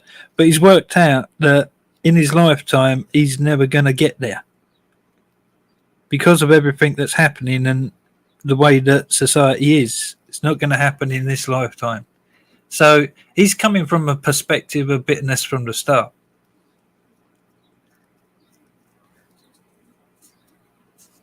Perhaps he's changed that around recently. I don't know. Perhaps he's got a different outlook on life. Perhaps he's had a wake-up moment. Perhaps somebody woke up Elon Musk. Perhaps Joe Rogan did it. Offered him a joint too many and he saw the light. Well, wait. On the other side, what if Elon is someone it's kind of like a Gnostic that's saying, wait a minute, everything's so mysterious, and I just want to find out through his science anything that I can find. Maybe he's really a great catalyst. That's saying, hey, I'm going to defy all this mysterious, enigma, and I want to get. He's trying to break through. So I kind of see him in that way. Like, wait a minute, this guy is really he's trying to break through, all the ambiguity. Do you ever see him that way? I kind of, that's one slant of it. I see what you mean, but I look at that as being part of his character with the goals that he has. I mean, this is a guy who literally wants to be on that stage. He wants to be seen. No, so he's going to use all the tools to his ability. He's not in an ego trip. I think he's actually genuine, that he wants to know what's going on. I think he's that kind of person. Yeah, but that's the thing. It doesn't have to be about ego. If you think in a logical sense of fashion, somebody that actually wants to be on that stage and wants to be seen can either be driven by ego or be driven by the need to have as many people as possible listen to him. No, I think he's humanitarian. I think he actually is caring about the good of all, and that, hey, we're all in this matrix, and he's trying to get through some answers. That may be the case, but I always say it's actions speak louder than words, and as nice as some people's words are, I don't judge until I actually see the actions. Their actions will tell me everything about them.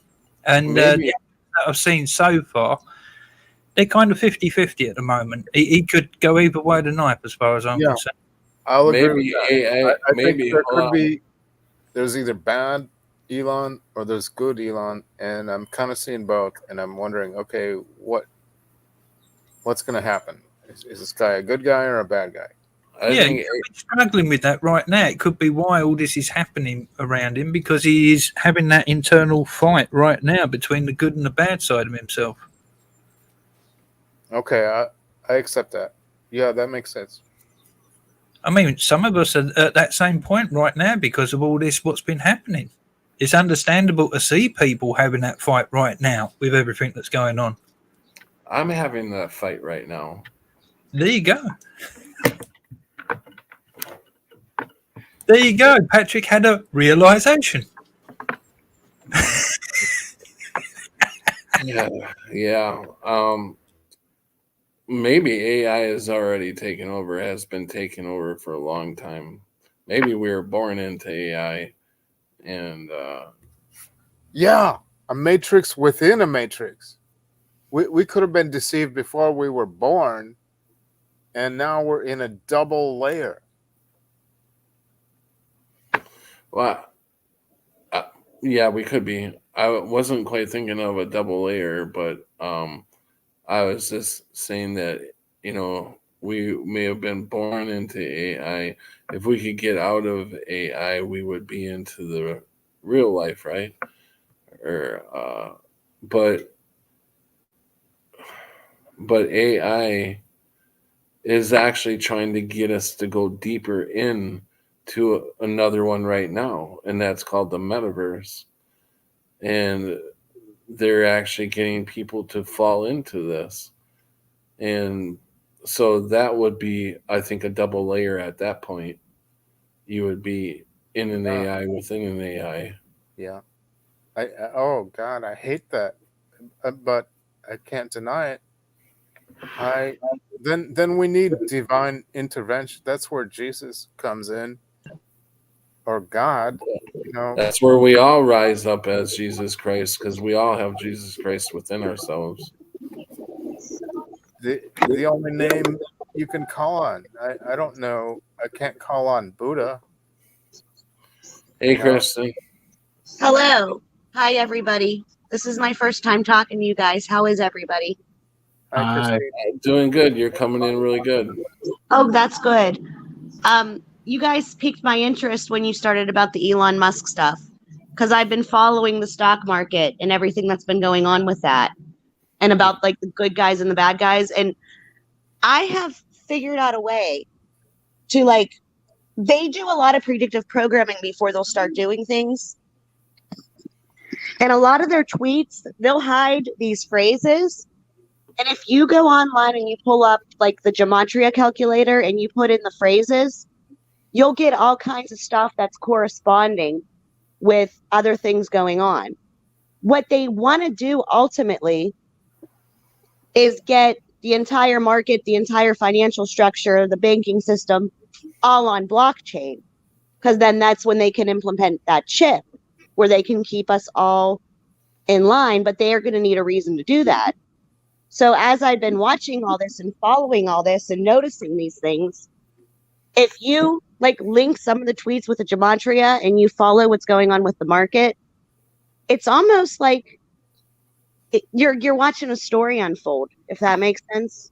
Yeah. But there is no good guys in this scenario. There's controlled opposition. They're all working for the same team. Right. They want us to think that they're not. Hold on, Prelim. Wait, Prelim. I want her to finish. I'm sorry.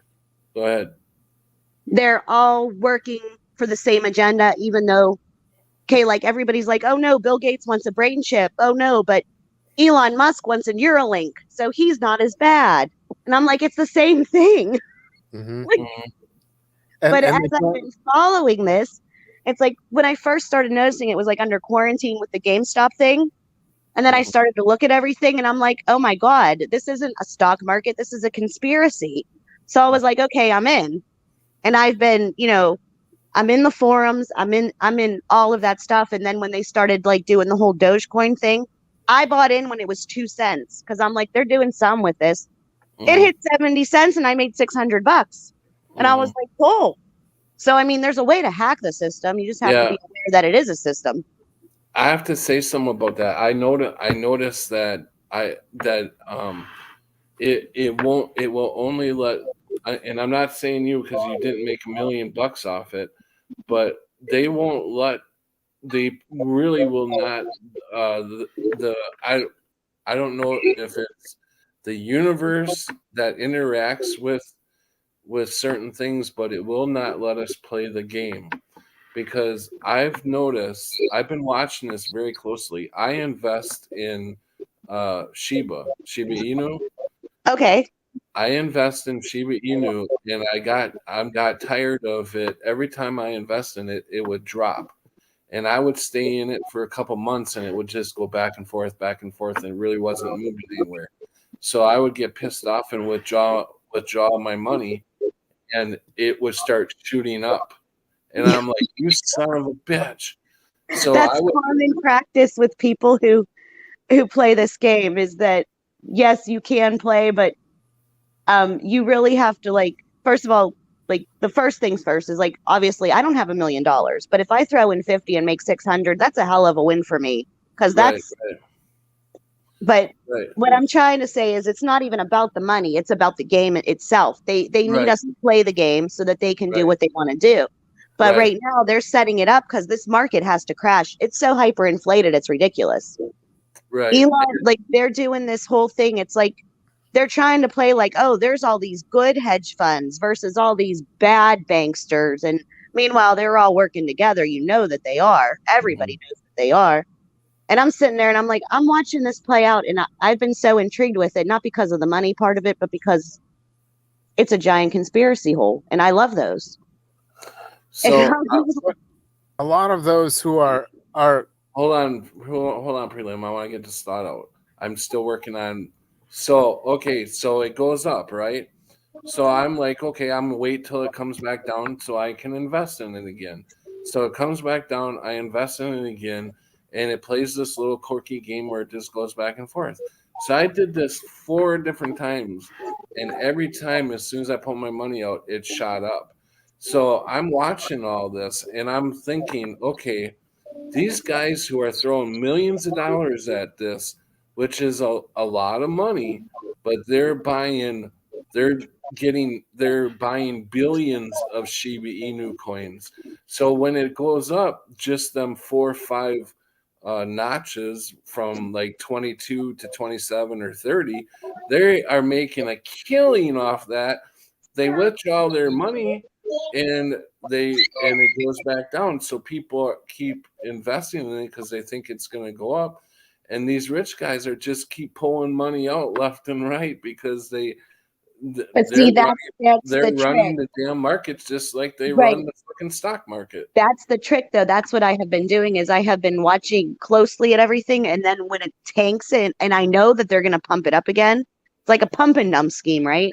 Yeah. So exactly. I throw it in when it's low, and then I wait it out. And every single time, I'm telling you, once I figured that out, because I did lose a couple times, I haven't won on everything.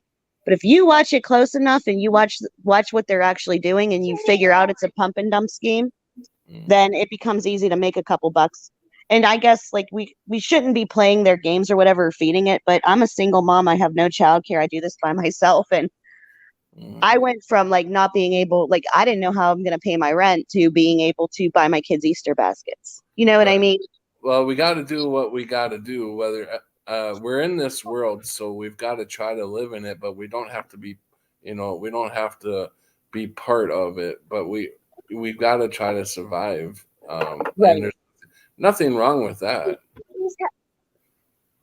Right, but that's just all I wanted to share was that I have been following this, and I don't think any of them are a good guy. I think this is everything that they're doing is just this big, giant. They're going to collapse the system. They're going to blame like the little people on the internet. Like, look, those guys on Twitter all came together and they broke our banks. Yeah. Meanwhile, it's because the banks were already broken before any of this happened. They're going to need a scapegoat, and they want it on blockchain. So it's almost like if it's a perfect storm, almost. And they don't realize because they're not spiritual minded. They're not focusing on God or conscience. They don't have a conscience. They're living for the world. You can gain the whole world and lose your soul. And these people don't even know what they don't realize the bigger picture. That's what I wanted to get at. Like we point fingers at these people, Bill Gates and Fauci and whatever. I don't think they even realize what they're doing wrong. I think they think they're doing right and they don't know it. I will disagree with you there. I think that their whole plan at the end of the day is to become immortal, to get all this going and then have their, like the Georgia Guidestones, where they want so many little peasants to cater to them. and them Right. alone. That's Yeah, what I they've think. got it all. They've got it all backwards, and they don't realize that they're in total danger. They don't realize how wrong they are, and they think they're helping, and they're not. Right. Or they think they know that they're helping themselves, and they think it's going to go a way that I don't Right. believe it's going to go. Right.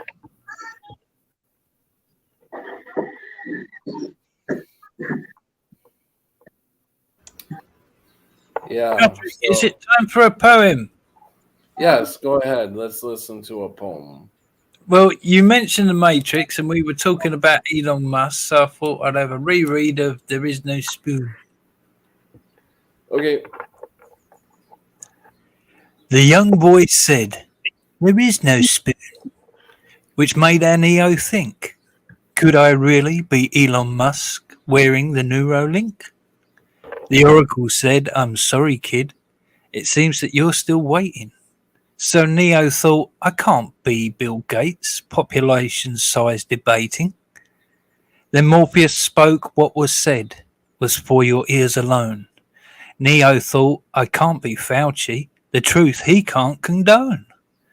Smith said, why oh why do you try, whilst he looks on like a great forest? Neo said, responsibility. I'm not a party beast like Boris. Trinity said, I can't go with you. I'm skewered like a kebab. Neo felt like the loneliest boy. Maybe I really am Klaus Schwab. The Matrix said, you must do this. Now you know just what is true. So Neo thought, I must be myself and come and wake up all of you. Yes. I like you. But if you want to know about the crashing of the world economy and the bringing in of the digital, then you've only got to look at Klaus Schwab, because he's been telling the world that's what they're going to do. He's even written a book about it, so it's there in paper for all to see. Yeah. Yeah, I mean it's pretty obvious. Yeah. It's a new world. I have to bid you all a farewell, because it is 5:45 in the morning over here, and I'm about to fall asleep. Well, I appreciate you coming on, and thank you for having me on, brother. Nice talking to you. Night or a good day. Well, loads of love to you all. Loads of love in the chat, and as always, stay groovy. Have a good one, Buzz. Take care. Thank you. Stay safe.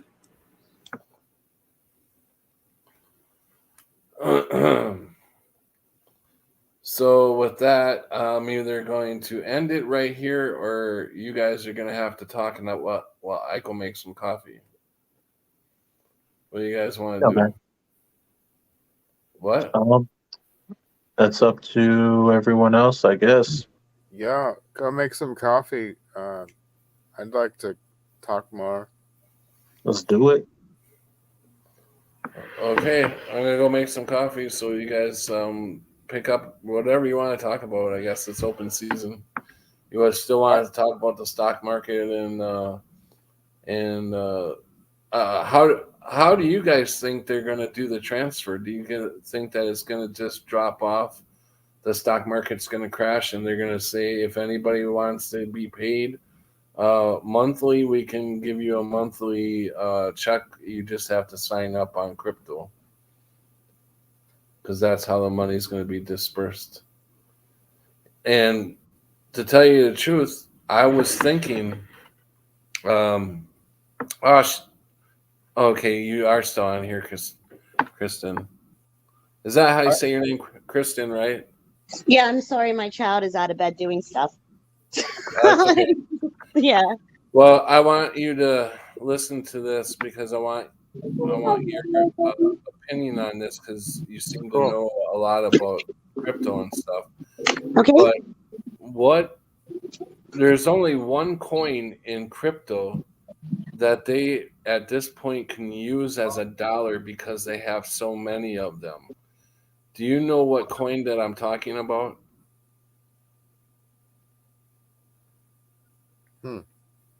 I don't know. Like all the coins, not all of them, but most of them, they have millions of them, Right. or billions of them. Now, there's one coin that's really going up, and that I've been talking about it for a long time, and that's Shiba Inu. And they have 549 trillion coins. So I'm thinking that this coin is going to be, eventually is going to be worth at least $1, because I think that's going to take, that coin is going to be the next dollar. Wow. It could be. Like I said, I have not made any decisions on what I think is like their end game, because honestly, I have been fooled before.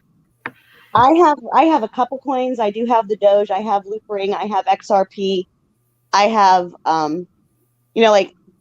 And I'm not telling anybody to invest. So just so we get off that, I'm not a professional investor or whatever. I'm not telling anybody to invest in anything. I'm just stating my thoughts. Go ahead, Kristen. I was gonna say, it might not be any of these coins, honestly. All these coins might just be distractions, and then they'll come out with like something totally different. I mean, there's been countries that have blocked certain you're coins. right. I'm gonna go make So, some coffee, but yeah, you're right. I mean, that's what I'm saying. Right now, I'm just trying. I'm in survive mode. So, like, if I found a way to make a couple bucks here and there, then I found a couple bucks here and there. But at the same time, like, the way that I think that their end game is going to go, it's always way boringer or it always ends up being like way more boring than I had thought it was going to be. It's significantly less exciting, like with the whole COVID thing. I was disappointed. It was like a big letdown when it was just go sit in your house and be bored. It was the most boring apocalypse ever. Boring apocalypse. With a boring apocalypse. Yeah. Yeah. Like they had literally had people scared to death that there was going to be bodies in the street, and then everybody I know got it, I got it, and it's like a stuffy nose, and I was like, those jerks. So I don't know. I try not to jump the gun when they start doing stuff, because they do like their fake outs too. Mm-hmm.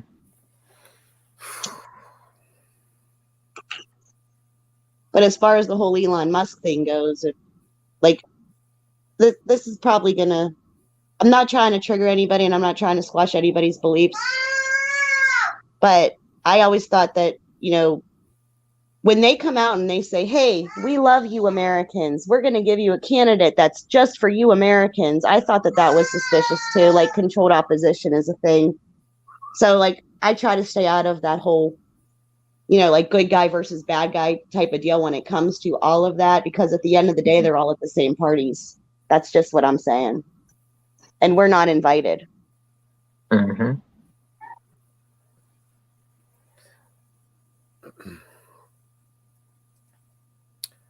I voted for Bernie Sanders. I'm kind of in a radical difference from a lot of you. I don't see him as a socialist like everybody pins him. I think he's a progressive humanitarian, and he's thinking of not just America. He's thinking of the world and international relations and everything that needs to be done. And he's very insightful. Of course, he lost, and he's not in the picture anymore, except, if he's still working in Congress. But I think people didn't really understand what he was proposing.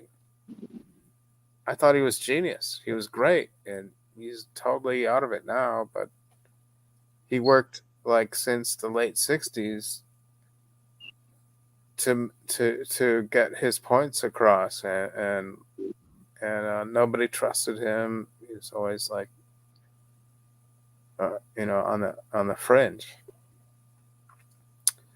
I really don't know. Yeah, I honestly, I only watch like the people in power at the time, only because I want to see what the heck they're gonna throw at me now. Yeah. Like that's the only thing I pay attention to. Other than I don't vote. I don't. Okay. I never believed it was even. That's cool. I'm just Yeah. saying, Bernie was like someone with an actual soul that was looking for what. Yeah. See, like wasn't- I'm one of those. He wasn't people. one of the controlled. He wasn't part of the duality schism. He was like, okay, let's go beyond that. It did seem like that, right? Right, but I'm a person who subscribes to the whole. I think that this is all planned, probably years ago, and they know exactly. There was a Simpsons episode where you had the two candidates, and then they pulled their masks off, and there was two like aliens underneath the masks. I mean, Yeah. that's kind of like metaphorically how I feel about it. I think it doesn't. The bankers are who's in charge, regardless of anything. It's like the top 13 families, and that's who rules the world. Everybody else is just a puppet, and it's the puppet that they pick. I mean, that's what I lost faith in the system a long time ago because it didn't matter. I worked hard. I did everything correctly. I did, in church with my kids, everything else. And it's almost like the more good you try to do or the more you try to do it right, the more crap you get thrown on you. It's almost unbelievable, but that's what happens. Yeah, I totally agree. Totally agree with everything you just said. I mean, like I was in church praying for my husband with the babies, homeless, like my 3 older kids. He was running around doing drugs, left me after his dad died. He went and decided that heroin was a good decision. Left me and the 3 kids homeless. I'm in a domestic violence shelter trying to find my way. He moves in with his ex-wife, calls the system, tells them that I'm homeless with his kids and he has a home for them. So the state puts the kids with him, forgetting that the reason why I was homeless was because he didn't pay my rent. So I'm in church praying for my family and he moves in. And I was like, I don't think this is how this is supposed to work. So then I ended up like homeless for a while. And now I have Gabby. So that's a whole nother story for a different day. What, baby? I'll fix your pewter in a second. You have to go to sleep. The Easter Bunny's going to come. She's too excited for Easter. She's not sleeping. But God so bless I you. was like, God bless you, and things will get better. Just keep doing the right thing. I'm telling you, I was so blown away because all these programs and stuff that they say are there to help people.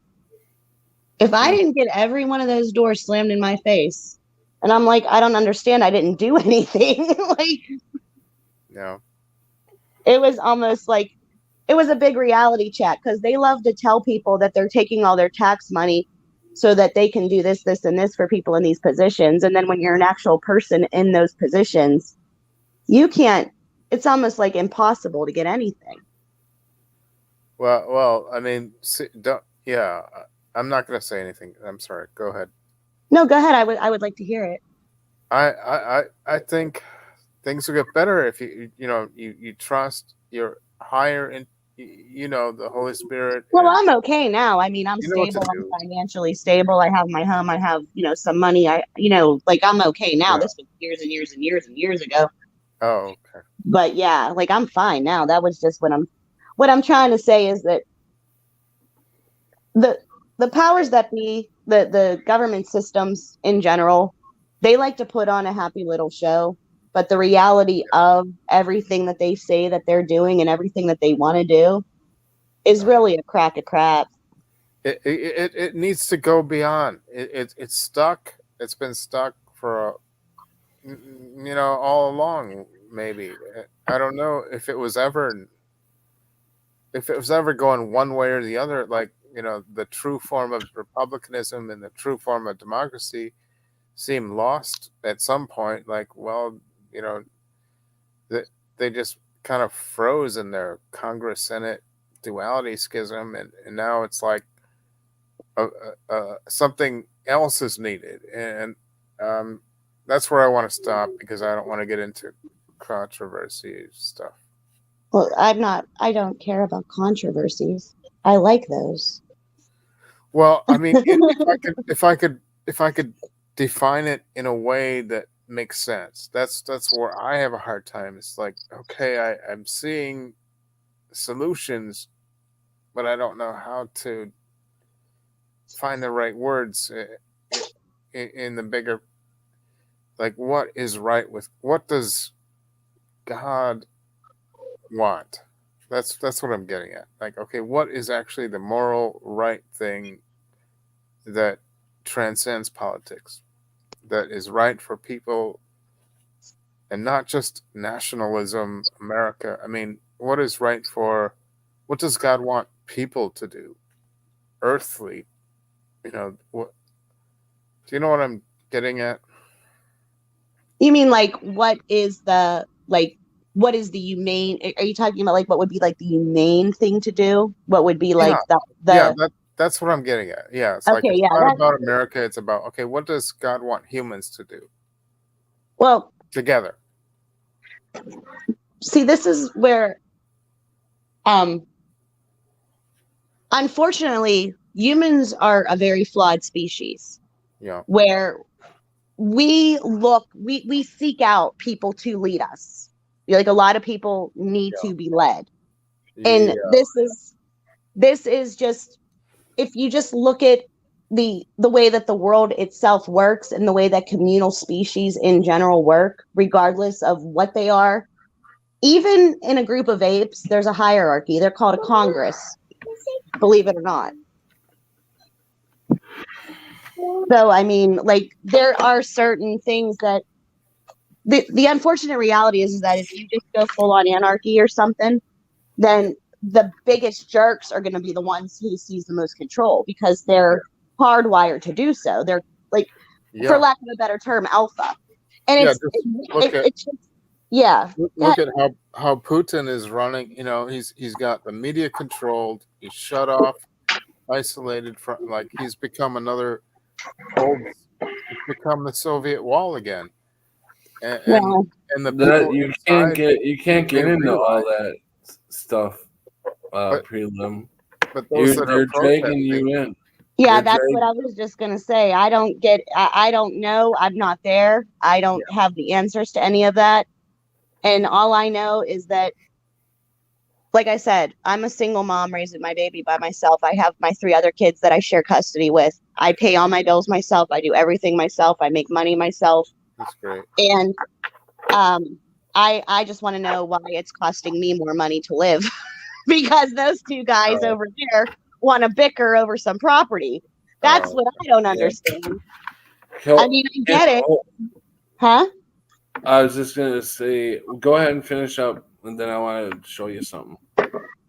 Okay, I can't see. I can see you like this. Yeah, I gotcha. What I was going to say is like, I'm only getting, the media's only given me Zelensky's side of the story anyway, and I know Zelensky was an actor, and I know about Burisma and Hunter's son, and I know about the human trafficking rings that are in Ukraine that go to Dubai, and that's confirmed by Amnesty International. And what I'm trying to say is, like, in this situation, I'm not picking anybody's side because this is not my fight. And human suffering is always sad, but I got Section 8 houses behind mine. And there was 2 18-year-old kids who shot each other in my backyard, like in the back of the building, like in the alley. Yeah. And that's the human suffering I deal with every day. Like, I'm not rich by any means. Like I said, if I make $600, my rent is only $380. That's how much I pay. And that's not with assistance. That's just what it is. So I see suffering, like, in my own neighborhood. I see people who are sick, like legitimately sick, who are elderly, who are waiting in the line in the snow at the food bank trying to eat. I don't understand why we have all these billions of dollars, because those people are suffering over there. But I'm sitting right here, right now, and I've done my fair share of suffering. Believe me, I've just become strong enough to overcome it, if that makes sense. But why, like, you're going to tell that person to get a job. That person has half their teeth are missing. They're dirty. They have no running water in their house. Like, nobody's going to hire them. Do you know what I mean? Right, right, yeah. And it's like, shame on us for leaving our own sick and elderly die in the street. That's how I feel about it. Shame on us. Right. Yeah, exactly. That's just, I mean, I can't tell anybody, like, I don't believe the media whatsoever. I don't believe any of them. I don't believe Fox. I don't believe CNN. I caught them all lying. They've all lied at one point. I know about Mockingbird. It's all a game. Well, anybody that follows the narrative is lying. Do you ask? Do you pray about your concerns? Do you ask for inner peace and strength? And do you have faith, or are you kind of just a materialist? I don't do either. I just kind of exist. Okay. I mean, I used to be in churches a lot. I used to do all that, and then, like, full disclosure, don't have to go to church to talk to. I'm just going to say, like, I have a condition that it's called bipolar disorder. I don't know if you're aware of it. Mm-hmm. Yeah. Okay. Well, unfortunately, it runs in my family. My dad has it, and my uncle had it. And when my whole life fell apart and he got my kids, I was in church and I was crying, and I probably didn't sleep for 4 or 5 days. I hadn't eaten anything. My heart was shattered into a million pieces. And like I said, I was always a very good mother. I was doing, my part of what I was supposed to be doing in the family. Like, not that you get rewards for that, but I didn't do anything to deserve any of that, is what I'm saying. I wasn't cheating. I wasn't, you know what I mean? I wasn't doing any of that. And I ended up having a psychotic episode, which happens when you're awake for days and don't eat and you're manic. And the church people decided, instead of, like, acknowledging the fact that I do have this condition, and if I'm not, and it's like there's a misconception when you have a mental illness, because it's not treated the same, even though, like, we know now that it's a brain glitch. Some people have it. It happens. But if you have, like, a heart attack, or if you have, like, kidney failure, people want to help you. But these people told me I was possessed. And when I was already sick and my life was falling apart, I believed them. And they scared me worse, because, like, I was in, like, active visual and audible hallucinations. And when I was in an active psychosis, and I had the people that I trusted the most, because I don't have family, that the church was my family, telling me that I must have done something terrible for God to let the devil come at me like this. I have not wanted to open up to people, like, about it or anything. I don't even tell people that I have it anymore, because, like, when I was already sick and I was already not eating and I was already not sleeping, and then to have people come at you and say, you must have done something to deserve this, and you're possessed, but you're in an act of hallucinations. It was the most terrifying experience of my life. Yeah. And it's when you have something like that and you're dealing with, like, religious people, like, no, I'm not talking bad about religion. Everybody has their own faith, and I'm not blaming anybody for anybody else's actions, just to be clear. Mm-hmm. But when you have something like that is so misunderstood and that is not treated the same as other medical issues, you don't get the same type of because people have to see, they have to see a visual wound in order to have compassion. They literally have to see a gashing wound in you to see that you're actually hurt, or see you belly over in pain. That's the only way they comprehend empathy or wanting to help. They don't see it. And even people who have that don't suffer from what you're suffering from, they may say that people that have the Mandela effect and stuff like that, like me, that I could be crazy or whatever. Right, but that's what I'm saying. Like, I have suffered the Mandela effect, but like I said, I with bipolar, I am well for very long periods of time. It's only under like extreme duress that I will go into an active episode. So like I tell people this all the time. I understand that I'm diagnosed crazy. That doesn't mean I'm wrong. Like no, right, same, exactly. same here. I mean, I feel that way. Like my whole family member, my mom and dad, and my sister and brother. I can't talk to them about all this. I could never talk to them about God or spiritual. And then when the Mandela effect happened, I couldn't talk to them about that. They would get angry. So. Well, yeah, that's why now that, like I said, this was years and years and years in the making. I was first hospitalized at 18. I had my first episode. Like that's normally if you have this type of stuff when it shows up is your late teens, early 20s. And I had my first manic episode and I didn't know what was going on with me. It's scary. It's not fun. No. And I was like, how do you find inner peace though, Kristen? Well, I mean, to be honest with you, I don't get much like sit down time, or I'm just always busy. I'm just always got stuff to do. I don't really. Maybe there's an imbalance there. I'm just trying to help. Okay. No. I understand. I don't know you. Right. No, but see, that's the thing though. Could you put aside, maybe if you just like say, okay, I'm going to practice, reading for a half hour and exercise for a half hour and doing these things and then do all that other stuff.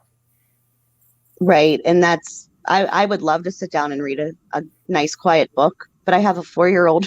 I do try. I mean, but you have to do something, right? I do, honest to God, I do try, but I have dishes, laundry, I have homework to do. I have there's always stuff to do. I know. It's you know what it is? It's composure and pace. You have to keep a pace of your mind so that you're not manic and not frantic, and that you keep a steady pace, composure, and you follow an attitude that is strengthening you rather than non-confusing, where you have certainty of direction. You follow that path, and that keeps you from emotion. No excessive. No franticness, you just no tension. You keep that. Am I getting anywhere? I'm trying to. No, you're making perfect sense. Is that I need to learn to sit down and just let stuff be for a minute. I get that. Okay.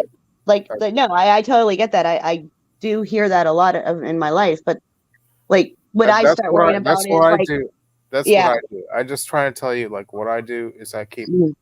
I don't want to lose my cool. I'm just going to stay at. I want to concentrate. Well, can you feel it coming on, or does it just come on?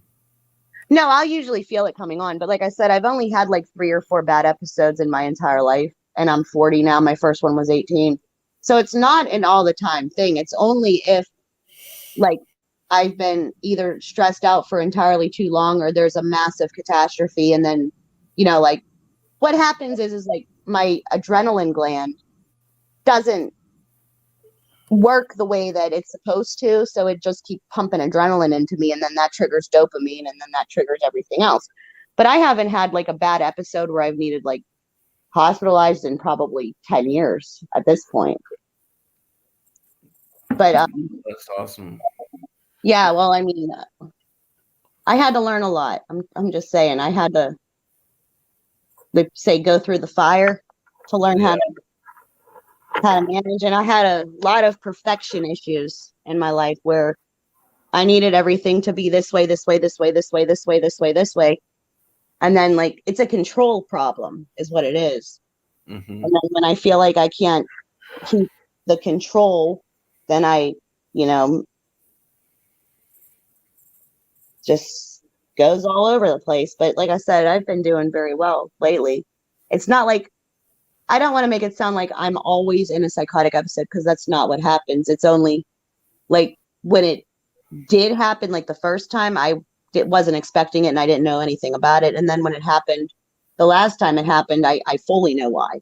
My whole life fell apart. My children got ripped out of my arms. I was a mess. I was completely alone. I was homeless. I mean, Right. that would drive anybody crazy. And I didn't do anything. Like I said, if I was out, you don't have to love me anymore. That's on you, but you didn't have to completely screw my life. That was a little bit much. Yeah. Like, I didn't cheat on you. I didn't lie to you. I didn't steal your money. I raised your kids. You had a packed lunch and a hot dinner, and your laundry was always done. I said, you can't do drugs here. I know I'm evil. Yeah. Like, what do you want me to say? But then they just find another woman who's going to let them do the drugs. And then once they're stuck on the drugs, then you didn't mean nothing to them. You don't exist anymore. Yeah, exactly. So that's just what happened. That's what happened. That's not what is happening, if that makes sense. That's in my past now. I have joint custody. My kids are about to be 14, 15, and 16 at this point. This happened when they were 5, 6, and 7. So, or I'm sorry, yeah. So like this is old news. So Gabby's dad had a massive car accident right before the pandemic and had a severe brain injury. Oh wow. So like, I hear that. Yeah, he's not capable of parenting. So, wow. Like it's not his fault. I'm not going to talk crap. His head went through a brick wall, and he can't even zipper up his own clothes. So he obviously can't, help me. Wow, that's sad. So now people are like, "Can I have your number?" I'm like, "No, I'm terrible at relationships. You got to go."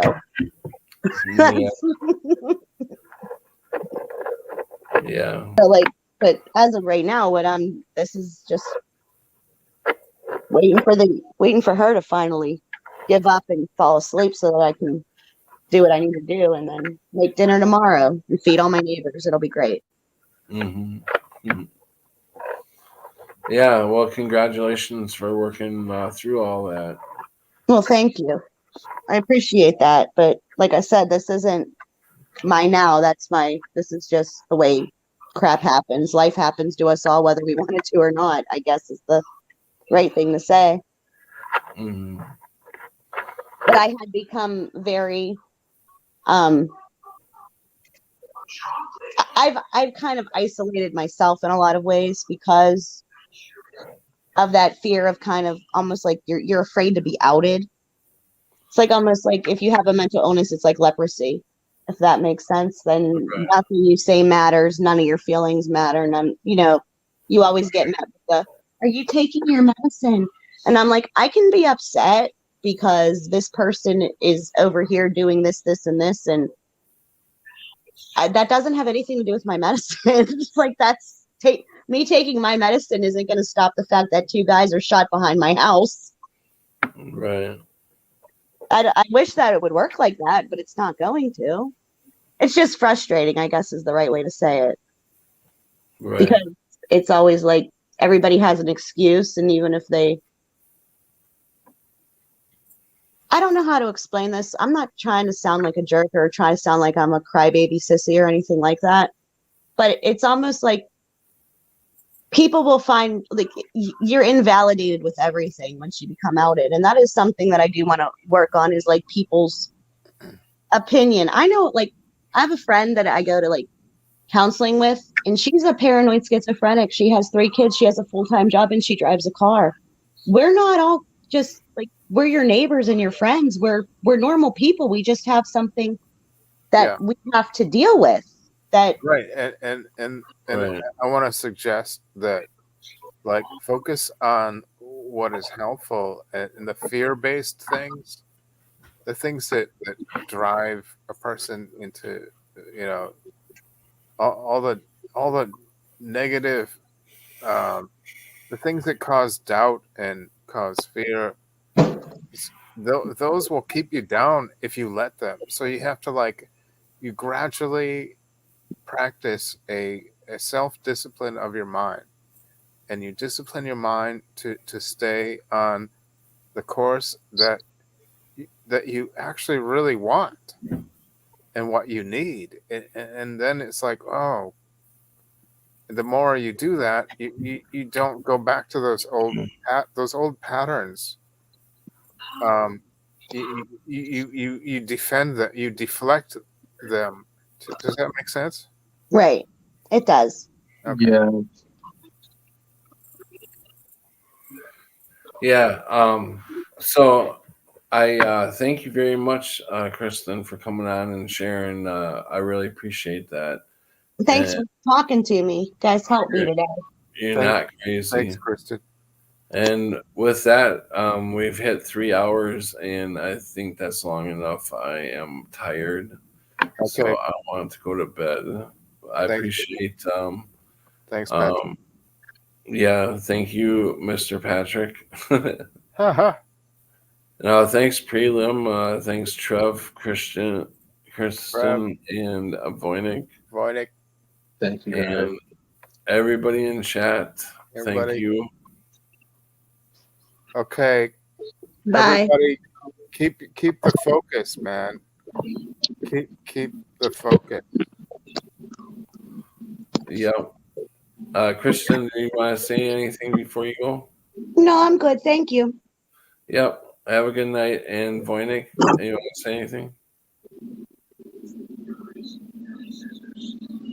And Trev, do you want to say anything? No, I'm just saying I love you, everybody. Thanks for just, I don't know, having me on here.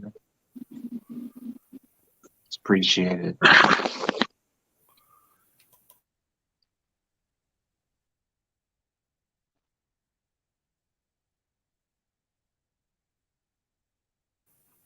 I'm sorry. And Buzzacino, thank you for letting me use your song and stuff. Crunchy Bee, Jennifer, Crunchy Rap. And thanks, Propagate, for coming on. So yeah. All right, guys. With that, I'm out of here. Have a good night. Thanks, Kristen. Ciao. Until next time.